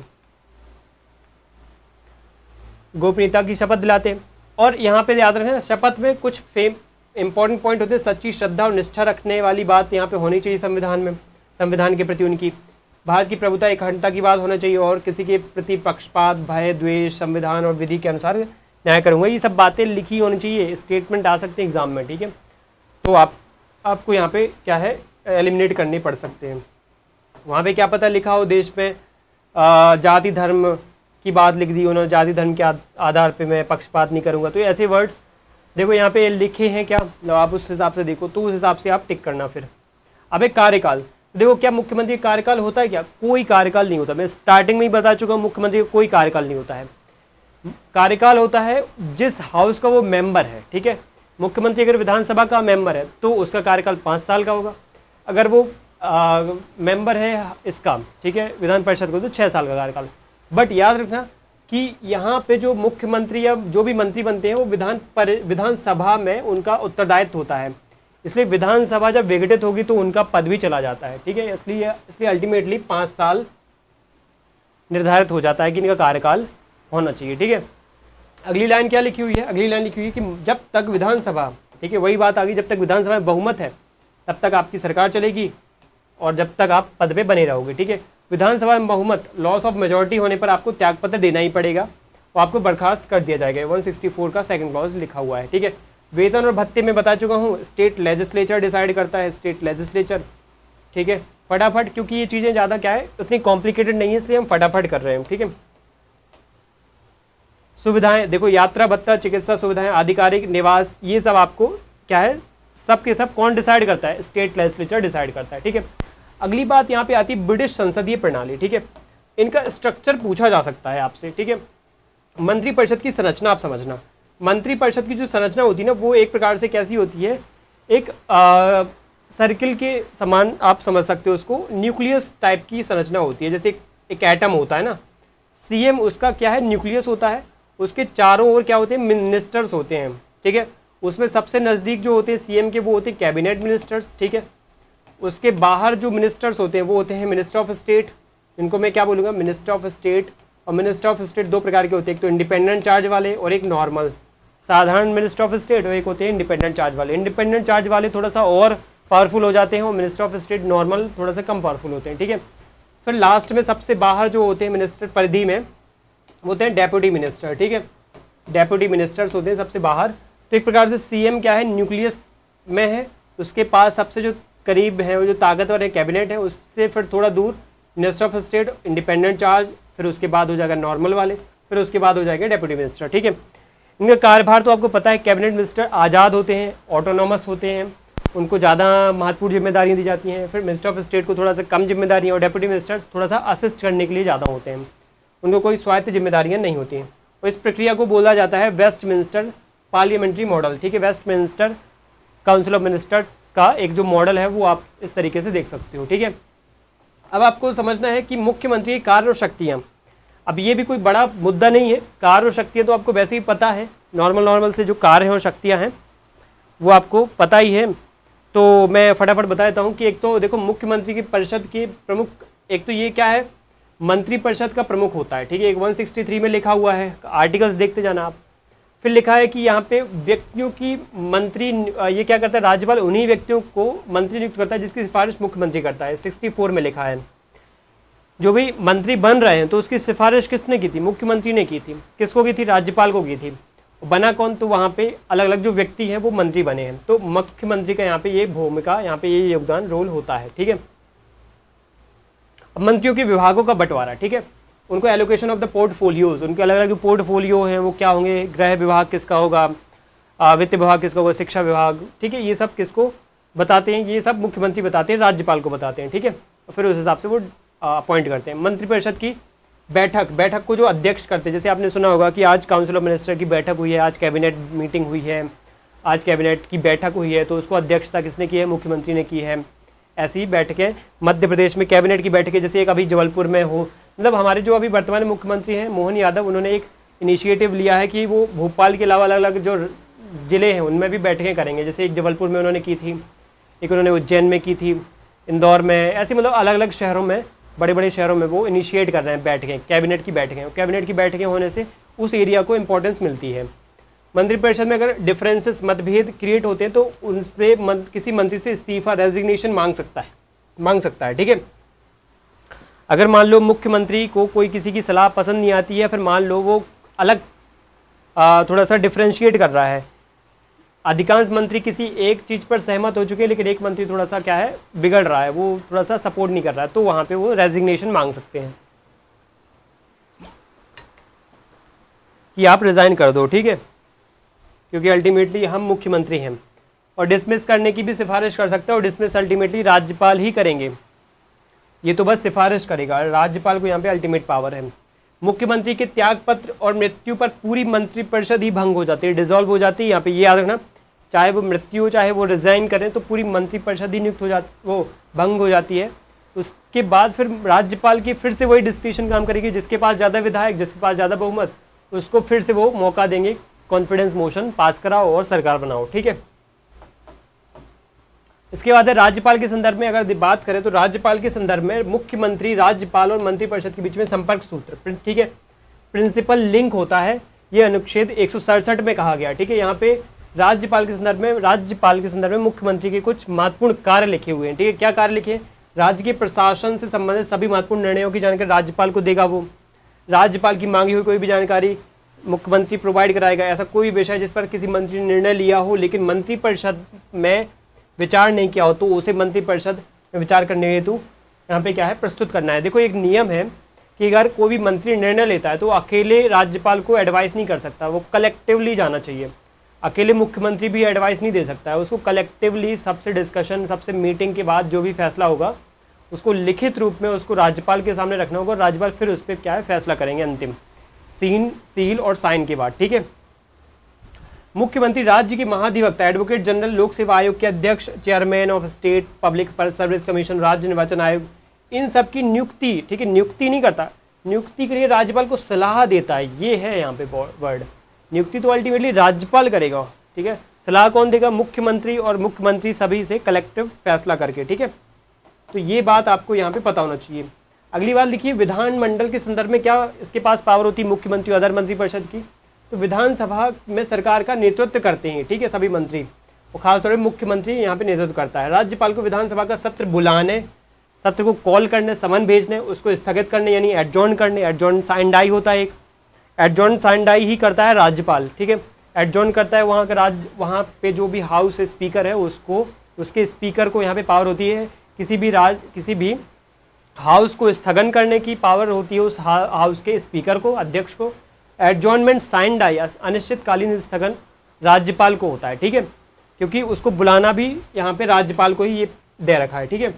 तो अल्टीमेटली आपको पता होना चाहिए जो अनिश्चित काल के लिए स्थगित करेगा, तो अनिश्चित काल के लिए स्थगित करना मतलब अब किसी जो व्यक्ति बुलाने वाला है तो वही तो बताएगा कि अगली डेट क्या होगी। निश्चित मतलब अनिश्चित काल का मतलब स्थगन मतलब ये होता है कि अगली जो है बैठक कब होनी है पता नहीं है, तो अगली बैठक का पता किसको होता है, राज्यपाल को होता है, क्योंकि वही तो बुला रहा है, ठीक है। तो इसलिए अनिश्चितकालीन स्थगन कौन करता है, राज्यपाल ही करता है, ठीक है, ये उसको ही पावर है। 174 के अंतर्गत ये पावर उसको मिली हुई है। और यहाँ पे एडवाइस लेकिन याद रखना मुख्यमंत्री मंत्रिपरिषद करेगी। विधानसभा भंग डिसोल्यूशन ऑफ असेंबली की सिफारिश भी करता है मंत्रिपरिषद। सरकारी नीतियों की घोषणा, ठीक है। हरियाणा में 1967 और राजस्थान में 1967 में सबसे बड़े दल के नेता को सरकार बनाने का अवसर दिया गया, ठीक है। पंजाब में 1967 और महाराष्ट्र में 1978 में गठबंधन के नेता को नियुक्त किया गया, ठीक है। तो ये चीज़ें एग्जाम्पल के रूप में आप देख सकते हो। लास्ट यहाँ पे है कि अन्य शक्तियों और कार्य की बात आप समझना कि अन्य शक्तियों कार्य के मामले में, अदर पावर्स फंक्शन के मामले में राज्य योजना बोर्ड का अध्यक्ष होता है, राजनीति आयोग की गवर्निंग काउंसिल का अध्यक्ष सदस्य होता है, अंतर्राज्यीय परिषद काउंसिल का मेंबर होता है ये, ठीक है, 263 आर्टिकल के अंतर्गत। राज्य सरकार का प्रमुख प्रवक्ता होता है और आपातकालीन इमरजेंसी स्थिति में मुख्य प्रबंधक कोऑर्डिनेशन की भूमिका भी ये निभाता है, ठीक है। तो यहाँ पे ये हमारा मंत्रिपरिषद और मुख्यमंत्री है ना, state council of minister which is headed by the chief minister, which is headed by the chief minister की जो कॉन्स्टिट्यूशनल प्रोविजंस है वो हमने इस वीडियो के माध्यम से 1 घंटे 16 मिनट में हमने ख़त्म कर दिए हैं। अब यहाँ पे जो बात आगे की होने वाली है वो मध्य प्रदेश के अलग अलग जो सीएम हैं उनके बारे में होने वाली है, ठीक है। तो मध्य प्रदेश में अलग अलग जो सीएम हुए हैं उनके बारे में हम डिस्कशन करेंगे। और इसके पहले एक बेसिक सी इंफॉर्मेशन आपको ये समझ लो कि भारत में मुख्यमंत्री से रिलेटेड अलग अलग फैक्ट क्या है। कि भारत की पहली महिला मुख्यमंत्री पूछ सकते हैं सुचिता कृपलानी, जो उत्तर प्रदेश की बनी थी। सर्वाधिक समय तक जो भारत के कोई ऐसे राज्य के मुख्यमंत्री बताओ तो पवन कुमार चामलिंग जो सिक्किम के बने थे, जो कि 1994 से लेकर के 2019 तक रहे, 24 वर्ष तक वो मुख्यमंत्री रहे। और सबसे कम समय तक मुख्यमंत्री रहे हैं जगदम्बिका पाल उत्तर प्रदेश के, ठीक है। और प्रथम गैर कांग्रेसी मुख्यमंत्री भारत के किसी राज्य के बने हैं तो वो EMS नंबूरीपाद केरल के बने हैं, ठीक है। आपको पता है कि कांग्रेस जब देश को आज़ाद कराती तो हर जगह उसका ही शासन था, लेकिन गैर कांग्रेसी शासन पहली बार केरल में आया था, ठीक है। अब यहाँ पे हम मध्य प्रदेश के पर्सपेक्टिव से समझें तो मध्य प्रदेश में पहले जो मुख्यमंत्री थे वो लीलाधर जोशी, मध्य भारत के मुख्यमंत्री लीलाधर जोशी थे। अब एक चीज़ समझ लो, मध्य प्रदेश को 1948 से लेकर के 1948 में बोलूँगा 47 से 1956 तक मध्य प्रदेश 3 पार्ट में विभाजित था, ठीक है। मध्य प्रदेश 4 पार्ट बोल दो या फिर पार्ट ए में विभाजित, आपको पिछली क्लासेस के हिसाब से पता होगा, पार्ट ए, बी और सी, ठीक है। पार्ट ए, बी और सी, ठीक है। पार्ट ए में आता था सेंट्रल प्रोविंस एंड बरार, जिसके मुख्यमंत्री थे रविशंकर शुक्ल, ठीक है, याद रखना ये ये कब तक की बात है, 1948 से, मतलब ये पहली फर्स्ट बता रहा हूँ, ठीक है। मतलब हर पार्ट में फर्स्ट सीएम बता रहा हूँ, दूसरे ही बने थे बट मैं फर्स्ट बता रहा हूँ, ठीक है। तो पार्ट ए में सेंट्रल प्रोविंस कहलाता था, उसको बोलते थे सेंट्रल प्रोविंस। तो यहाँ पे जो सीएम बने थे वो रविशंकर शुक्ल बने थे पहले, ठीक है। पार्ट बी में पहले जो सीएम बने थे, पार्ट बी को मध्य भारत बोला जाता था, मध्य भारत, ठीक है,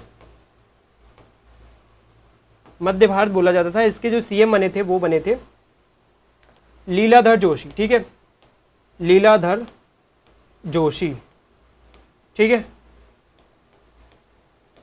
तो पार्ट सी में था विंध्य प्रदेश, ठीक है, शायद दिख रहा होगा आपको, ठीक है, विंध्य प्रदेश। और विंध्य प्रदेश के सीएम बने थे, यहाँ पे लिख देता हूँ मैं, शंभुनाथ शुक्ल, पहले सीएम बने थे शंभुनाथ शुक्ल। बाद में अवधेश प्रताप सिंह भी बनते हैं, लेकिन पहले कौन बनते हैं, शंभुनाथ शुक्ल, ठीक है। तो part A Central Province Ravishankar Shukla पहले, part B Madhya Bharat Leeladhar Joshi, part C Vindhya Pradesh Shambhunath Shukla. और एक भोपाल भी था पार्ट सी में, भोपाल का यहाँ पे लिख देता हूँ, भोपाल के सीएम, भोपाल विधानसभा के अंतर्गत जो सरकार गठित हुई थी उसके सीएम थे शंकर दयाल शर्मा, जो भारत के राष्ट्रपति भी बनते हैं बाद में, शंकर दयाल शर्मा, ठीक है। तो ये मध्य प्रदेश के कब शुरुआती, जब मध्य प्रदेश का संविधान पूरी तरीके से लागू भी नहीं हुआ तब पहले मुख्यमंत्री बन जाते हैं, ठीक है। लेकिन जब मध्य प्रदेश का गठन हो जाता है 1956 में, तब पहले मुख्यमंत्री मध्य प्रदेश के बनते हैं वो थे पंडित रविशंकर शुक्ल, ठीक है, यही पंडित रविशंकर शुक्ल। बाकी जब 1956 में गठन हो जाता है तब बनते हैं, ठीक है। लेकिन इनिशियली आप ये चीज़ें थोड़ा समझ लो कि मध्य भारत में अगर आ जाए तो लीलाधर जोशी, भोपाल की अगर आ जाए तो शंकर दयाल शर्मा, और मध्य प्रदेश ओवरऑल जब 1956 में गठन हो गया तब रविशंकर शुक्ल, और पहले गैर कांग्रेसी अगर आ जाए तो कैलाश जोशी, और छत्तीसगढ़ से अलग होने के टाइम पे जो मुख्यमंत्री थे वो दिग्विजय सिंह थे। ठीक है, तो ये कहानी यहाँ पे ख़त्म हो जाती है। ये कुछ फैक्चुअल चीज़ें हैं। अब यहाँ पे एक और समझना, भोपाल गैस ट्रेजेडी के समय मुख्यमंत्री कौन थी? अर्जुन सिंह थे। ठीक है, और ट्रेजेडी कब हुई थी? 1984 के आसपास हुई थी, 1984 दिसंबर महीने में हुई थी, तब ये घटना घटित हुई। तब कौन थे मुख्यमंत्री हमारे मध्य प्रदेश के? अर्जुन सिंह थे। ठीक है, और मध्य प्रदेश की पहली और एकमात्र महिला मुख्यमंत्री सुश्री उमा भारती हैं, पहली ही बनी है और अभी तक एकमात्र ही है। सर्वाधिक समय तक मुख्यमंत्री शिवराज सिंह चौहान। अच्छा, एक बात और बता दूं मैं कि मध्य प्रदेश की डेप्यूटी महिला सीएम, ठीक है, पहली डेप्यूटी, फर्स्ट डेप्यूटी सीएम, ठीक है, उप मुख्यमंत्री फर्स्ट, ठीक है, तो वो कौन है? जमुना देवी। जमुना देवी का नाम याद रखना आप। ठीक है, उसके बाद सबसे कम समय तक मुख्यमंत्री या कुल कार्यकाल राजा नरेश चंद्र सिर्फ 13 दिन के लिए बने थे। ये किसी एक कार्यकाल में सबसे कम समय तक मुख्यमंत्री अर्जुन सिंह सिर्फ 1 दिन के लिए बने थे। ठीक है, और मध्य प्रदेश के उप मुख्यमंत्री अगर देखा जाए तो पहले उप मुख्यमंत्री थे वीरेंद्र कुमार सकलेचा, और वर्तमान में अभी जो मंत्रिपरिषद है उसमें 2 उप मुख्यमंत्री हैं। उसमें मुख्यमंत्री तो सीएम तो एक ही है, सीएम तो एक ही होते ही है, मोहन यादव जी। ठीक है, 2 उप मुख्यमंत्री हैं, 2 डेप्यूटी सीएम हैं, डेप्यूटी सीएम, जिसमें एक है जगदीश देवड़ा है एक, जो कि वित्त मंत्री भी हैं, और एक है राजेंद्र शुक्ल। ठीक है, राजेंद्र शुक्ल। तो 2 क्या है मध्य प्रदेश में अभी वर्तमान में उप मुख्यमंत्री हैं। ठीक है, तो ये व्यवस्था हमने ऐसे पढ़ ली। मध्य प्रदेश में एक बात याद रखना, मध्य प्रदेश ट्राइबल मिनिस्टर वाला स्टेट है। यहाँ पे वो 4 राज्य जो है ना मध्य भारत के, उन 4 राज्यों में से मध्य प्रदेश, उड़ीसा, छत्तीसगढ़ और झारखंड, ये 4 राज्य से मध्य प्रदेश भी गिना जाता है। यहाँ पे क्या है, जनजातीय कल्याण के लिए मंत्री अलग से नियुक्त किया जाता है। और बिहार राज्य भी पहले शामिल था, बट 94 संविधान संशोधन 2006 के तहत बिहार को क्या है, अलग कर दिया गया, इसको हटा दिया गया है। ठीक है, छत्तीसगढ़ और झारखंड को जोड़ दिया है, बिहार को हटा दिया गया है। आपको पता होना चाहिए, यानी कि एक मध्य प्रदेश शामिल है, ठीक है, छत्तीसगढ़ शामिल है एक, ये 2nd नंबर पे, झारखंड शामिल है 3rd नंबर पे, और एक उड़ीसा 4th नंबर पे। ठीक है, तो ये है वो स्टेट। ठीक है, आसपास जुड़े हुए हैं आपस में। ये ट्राइबल बेल्ट है ना, बहुत बड़ा एक ट्राइबल कंजस्टेड एरिया है, तो यहाँ पे ज़्यादातर मिल जाते हैं। ठीक है, अब ये है मध्य प्रदेश के मुख्यमंत्रियों की लिस्ट। ठीक है, वैसे शायद ये फॉन्ट अच्छे से दिख नहीं रहे होंगे, तो मैं क्या करूँगा, अगली क्लास में थोड़ा सा इनको सही से टाइप करके इसको आपके सामने प्रेजेंट करके आपको बता दूंगा। ठीक है, ये बस आपको फैक्ट्स हैं, रटने हैं। पूछा जा सकता है कि कौन से मंत्री, कौन से मुख्यमंत्री के समय कौन सी घटना घटित हुई, जैसे हमने राज्यपालों के बारे में पढ़ा, तो वो सब चीज़ें आपकी यहाँ पे कवर हो जाएंगी। बहुत ही डिटेल में बहुत अच्छे फैक्ट्स लिखे हुए हैं, जिनको मैं आपको अच्छे से समझाऊंगा कि एक मुख्यमंत्री हैं, फिर उनकी आपकी कब से कब कार्यकाल रहा, कौन सी पार्टी से, उनके क्या क्या योगदान रहे हैं। ठीक है, यहाँ पे योगदान टिप्पणी हम उनकी देखेंगे। ठीक है, वैसे सभी मंत्रियों का मैंने यहाँ पे लिख रखा है, बट वो फॉन्ट की वजह से शायद आपको यहाँ पे अच्छे से नहीं दिखेगा। ठीक है, तो मैं आपको ये चीज़ अगले क्लास में, अगले सेशन में अच्छे से समझाऊंगा। ठीक है, तो यहाँ पे ही हम मोहन यादव तक एंड करेंगे ये, और ऐसे में हमारी क्लास कंप्लीट होगी। ठीक है, छोटी सी क्लास होगी जिसमें हम आपको बताएंगे कैसे क्या है आपको इन सभी मुख्यमंत्रियों के रिलेटेड जो हैं अलग अलग फैक्ट्स डील करने हैं। ठीक है, तो यहाँ पे हमारा जो मुख्यमंत्री से रिलेटेड या मंत्रिपरिषद से रिलेटेड जो एक सेशन था, छोटा सा सेशन था 1 घंटे 23 मिनट का, जो हमने कंप्लीट कर लिया है। होपफुली आपको पसंद आया होगा। कोई भी ऐसा टॉपिक जो आपको लगे कि ये टॉपिक मुझे अभी फटाफट करवा दिया जाए, इसी सेशन के माध्यम से मास्टर क्लास चल ही रही हैं, लेकिन करवा दिया जाए, जैसे एक चर्च राज्य संबंध वाला टॉपिक मुझे कुछ लोगों ने कमेंट्स में भेजा है, तो मैं उस पर डीप रिसर्च करके आपके सामने ज़रूर प्रस्तुत करूँगा। बट सडनली नहीं लाऊंगा उसे, पूरी फुल रिसर्च के बाद क्वालिटी कंटेंट बना करके उसको सिस्टमेटिक प्रिपेयर करके आपके सामने प्रस्तुत करूँगा। ठीक है, तो आप बता दीजिएगा मुझे जो भी टॉपिक आपको मतलब लग रहा है कि आपको पढ़ना है, तो मैं इस प्लेटफॉर्म के माध्यम से, एग्जाम गुरुजी के माध्यम से आपको बिल्कुल 100% प्रोवाइड कराऊंगा। ठीक है, थैंक यू, जय हिंद।